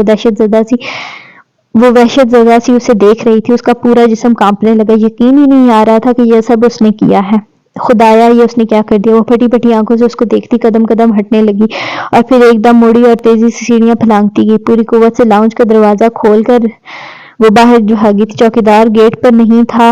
کہاں تھا؟ اسے پرواہ نہ تھی۔ وہ تیز تیز دوڑتی ہوئی مسجد میں داخل ہوئی۔ فرشتے کدھر ہیں؟ پھولی سانسوں کے درمیان وہ پوچھتی۔ وہ ذرا دیر کو ریسیپشن پہ رکی تھی۔ فرشتے بازی لائبریری میں ہوں گی، یا اس نے پوری بات نہیں سنی اور راہداری میں دوڑتی ہی گئی۔ لائبریری کے اسی کونے میں کرسی ڈالے وہ دونوں ہاتھوں سے چہرہ چھپائے بیٹھی تھی۔ بدحواس سی بھاگتی ہوئی اس کے سامنے جا رکی۔ آہٹ پہ فرشتے نے چہرے سے ہاتھ ہٹایا۔ اسے دیکھ کر اس کی نگاہیں جھک گئیں۔ میں جانتی ہوں تم ہرٹ ہوئی ہو۔ ایک گہری سانس لے کر وہ اپنی روح میں کہنے لگی تھی، اور میں اسی ڈر سے تمہیں یہ پہلے نہیں بتا۔ کہتے کہتے فرشتے نے نگاہیں اٹھائی، پھر اگلے الفاظ اس کے لبوں پہ دم توڑ گئے۔ محمل کے چہرے پہ ہوائیاں اڑ رہی تھیں۔ محمل کیا ہوا؟ وہ پریشان سی کھڑی۔ فرشتے وہ ہمایوں، وہ رو دینے کو تھے۔ کیا ہوا ہمایوں کو؟ بتاؤ محمل، اس نے فکر مندی سے محمل کو دونوں شانوں سے تھام کر پوچھا۔ وہ ہمایوں مر گیا۔ محمل کے شانوں پہ اس کی گرفت ڈھیلی پڑ گئی، اسے لگا وہ اگلا سانس نہیں لے سکے گی۔ یہ کیا کہہ رہی ہو؟ میں نے جان بوجھ کر نہیں، ہمایوں کو وہ اسے چھری لگ گئی اور میں نے غلطی سے اسے میری وہ کدھر ہے ابھی؟ فرشتے نے تیزی سے بات کاٹی۔ اپنے گھر بیڈ روم میں۔ فرشتے نے اگلا لفظ نہیں سنا اور تیزی سے باہر کی طرف بھاگی تھی۔ وہ کہیں بھی جاتی تو ہمیشہ اس کا ہاتھ پکڑ کر اسے ساتھ لے کر جاتی تھی۔ آج اس نے اس کا ہاتھ نہیں تھاما تھا، آج وہ اکیلی بھاگی تھی۔ اسے خود بھی کچھ سمجھ نہیں آ رہا تھا، بس وہ بھی فرشتے کے پیچھے لپکی تھی۔ ہمایوں وہ محمل کے آگے بھاگتی ہوئی ہمایوں کے لاؤنج میں داخل ہوئی، اسے آوازیں دیتی سیڑھیاں چڑھ رہی تھی۔ ہمایوں اسے وہ آگے پیچھے گول سیڑھیوں کے دہانے پہ رکی تھی۔ ہمایوں کمرے کی بیرونی دیوار کے ساتھ لگا زمین پہ بیٹھا تھا، خون آلود چھری اس کے ایک طرف رکھی تھی۔ ہمایوں تم ٹھیک ہو؟ پریشان سی گھٹنوں کے بل اس کے سامنے بیٹھی، اس نے جیسے چونک کر آنکھیں کھولی۔ تم ادھر؟ اپنے سامنے گھٹنوں کے بل بیٹھی فرشتے سے ہوتی ہوئی اس کی نظر اس کے پیچھے کھڑی محمل پر جا رکی۔ مجھے محمل نے بتایا کہ فرشتے تم جاؤ اور اس بے وقوف لڑکی کو بھی لے جاؤ۔ مگر ہمایوں میں نے احمد کو کال کر دیا ہے، پولیس پہنچنے والی ہے، تم دونوں کی ادھر موجودگی ٹھیک نہیں ہے، جاؤ۔ وہ درد کی شدت سے بدقت بول پا رہا تھا، مگر فرشتے نے تذبذب سے گردن موڑ کر محمل کو دیکھا جو سفید پڑتا چہرہ لیے ادھر کھڑی تھی۔ اس کی سمجھ میں نہیں آ رہا تھا وہ اس وقت کیا کرے۔ میں نے کہا نا جاؤ، وہ گھٹی آواز میں چلایا تھا۔ اچھا، وہ گھبرا کر کھڑی ہوئی۔ نہیں، میں نہیں جاؤں گی، بے شک مجھے پولیس پکڑ لے، مگر میں محمل جاؤ، وہ زور سے چیخا تھا۔ چلو محمل، فرشتے نے جیسے فیصلہ کر لیا تھا، اس کا ہاتھ پکڑا اور سیڑھیوں کی طرف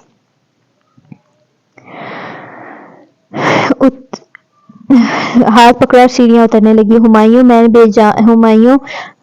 میں نے جان بوجھ کر نہیں کیا، I am sorry, I am really. فرشتے اس سے آگے اس کا ہاتھ کھینچتی ہوئی سیڑھیاں اتر رہی تھی، مگر وہ اسی طرح گردن موڑ کر ہمایوں کو دیکھتی اور ہانسی سی کہے جا رہی، جسٹ گو۔ وہ وہیں سے جھنجھلا کر بولا۔ وہ اب سیڑھیوں کے درمیان میں تھی، وہاں سے اسے ہمایوں کا چہرہ نظر نہیں آ رہا تھا، آنسو اس کی آنکھوں سے ابل پڑے تھے۔ فرشتے اس کا ہاتھ کھینچ کر باہر لے آئی تھی۔ تم کیوں گئی اس کے گھر محمل؟ مجھے بتاؤ ادھر کیا ہوا تھا؟ مسجد کے گیٹ پہ فرشتے نے پوچھا تو اس نے اپنا ہاتھ زور سے چھڑایا۔ محمل ناراض مت ہو، ابھی وہاں میری اور تمہاری موجودگی ٹھیک نہیں ہے، وہ ادھر مر رہا ہے، اور آپ اس کی آنکھوں سے متواتر آنسو بہہ رہے تھے۔ وہ ابھی اسے ہسپتال لے جائیں گے، زخم بہت زیادہ نہیں تھا، وہ ٹھیک ہو جائے گا، مگر تم نے کیوں مارا اسے؟ میں بھلا یوں ہمایوں کو مار سکتی ہوں؟ میں کر سکتی ہوں ایسا؟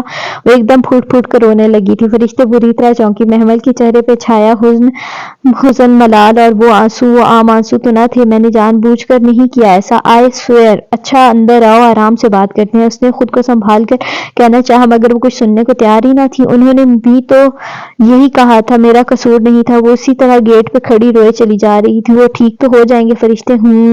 فرشتے نے شاید اس کی بات نہیں سنی تھی، بس گمسم سی اس کی آنکھوں سے گرتے آنسو دیکھ رہی تھی۔ وہ واقعی آنسو نہ تھے۔ میں گھر جا رہی ہوں، پلیز آپ مجھے ہمایوں کے بارے میں بتاتی رہیے گا۔ اچھا، اس نے غائب دماغی سے سر ہلا دیا۔ محمل اب درختوں کی باڑ کے ساتھ دوڑتی ہوئی دور جا رہی تھی، وہ جیسے نڈھال سی گیٹ سے لگی یکٹک اسے دیکھے گئی۔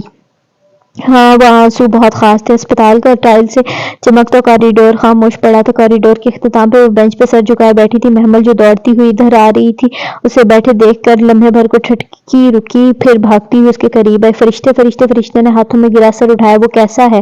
محمل اس کے سامنے پنجوں کے بل بیٹھی اور دونوں ہاتھ اس کے گھٹنوں پہ رکھے۔ بتائیں نا، وہ کیسا ہے؟ وہ بے قراری سے اس کی سنہری آنکھوں میں دیکھتی جواب تلاش کر رہی تھی۔ ٹھیک ہے، زخم زیادہ گہرا نہیں ہے۔ وہ بھی محمل کی بری آنکھوں میں کچھ تلاش کر رہی تھی۔ میں اس سے مل سکتی ہوں؟ ابھی وہ ہوش میں نہیں ہے۔ کیوں؟ وہ تڑپ کر بولی تھی۔ وہ فجر کا وقت تھا اور جیسے ہی فرشتے نے اسے اطلاع دی تھی، وہ بھاگتی ہوئی آئی تھی۔ ڈاکٹر نے خود اسے سلا رکھا ہے، وہ ٹھیک ہو جائے گا۔ محمل تم پریشان نہ ہو۔ میں کیسے پریشان ہوں؟ میں نے ان کو چھری ماری ہے۔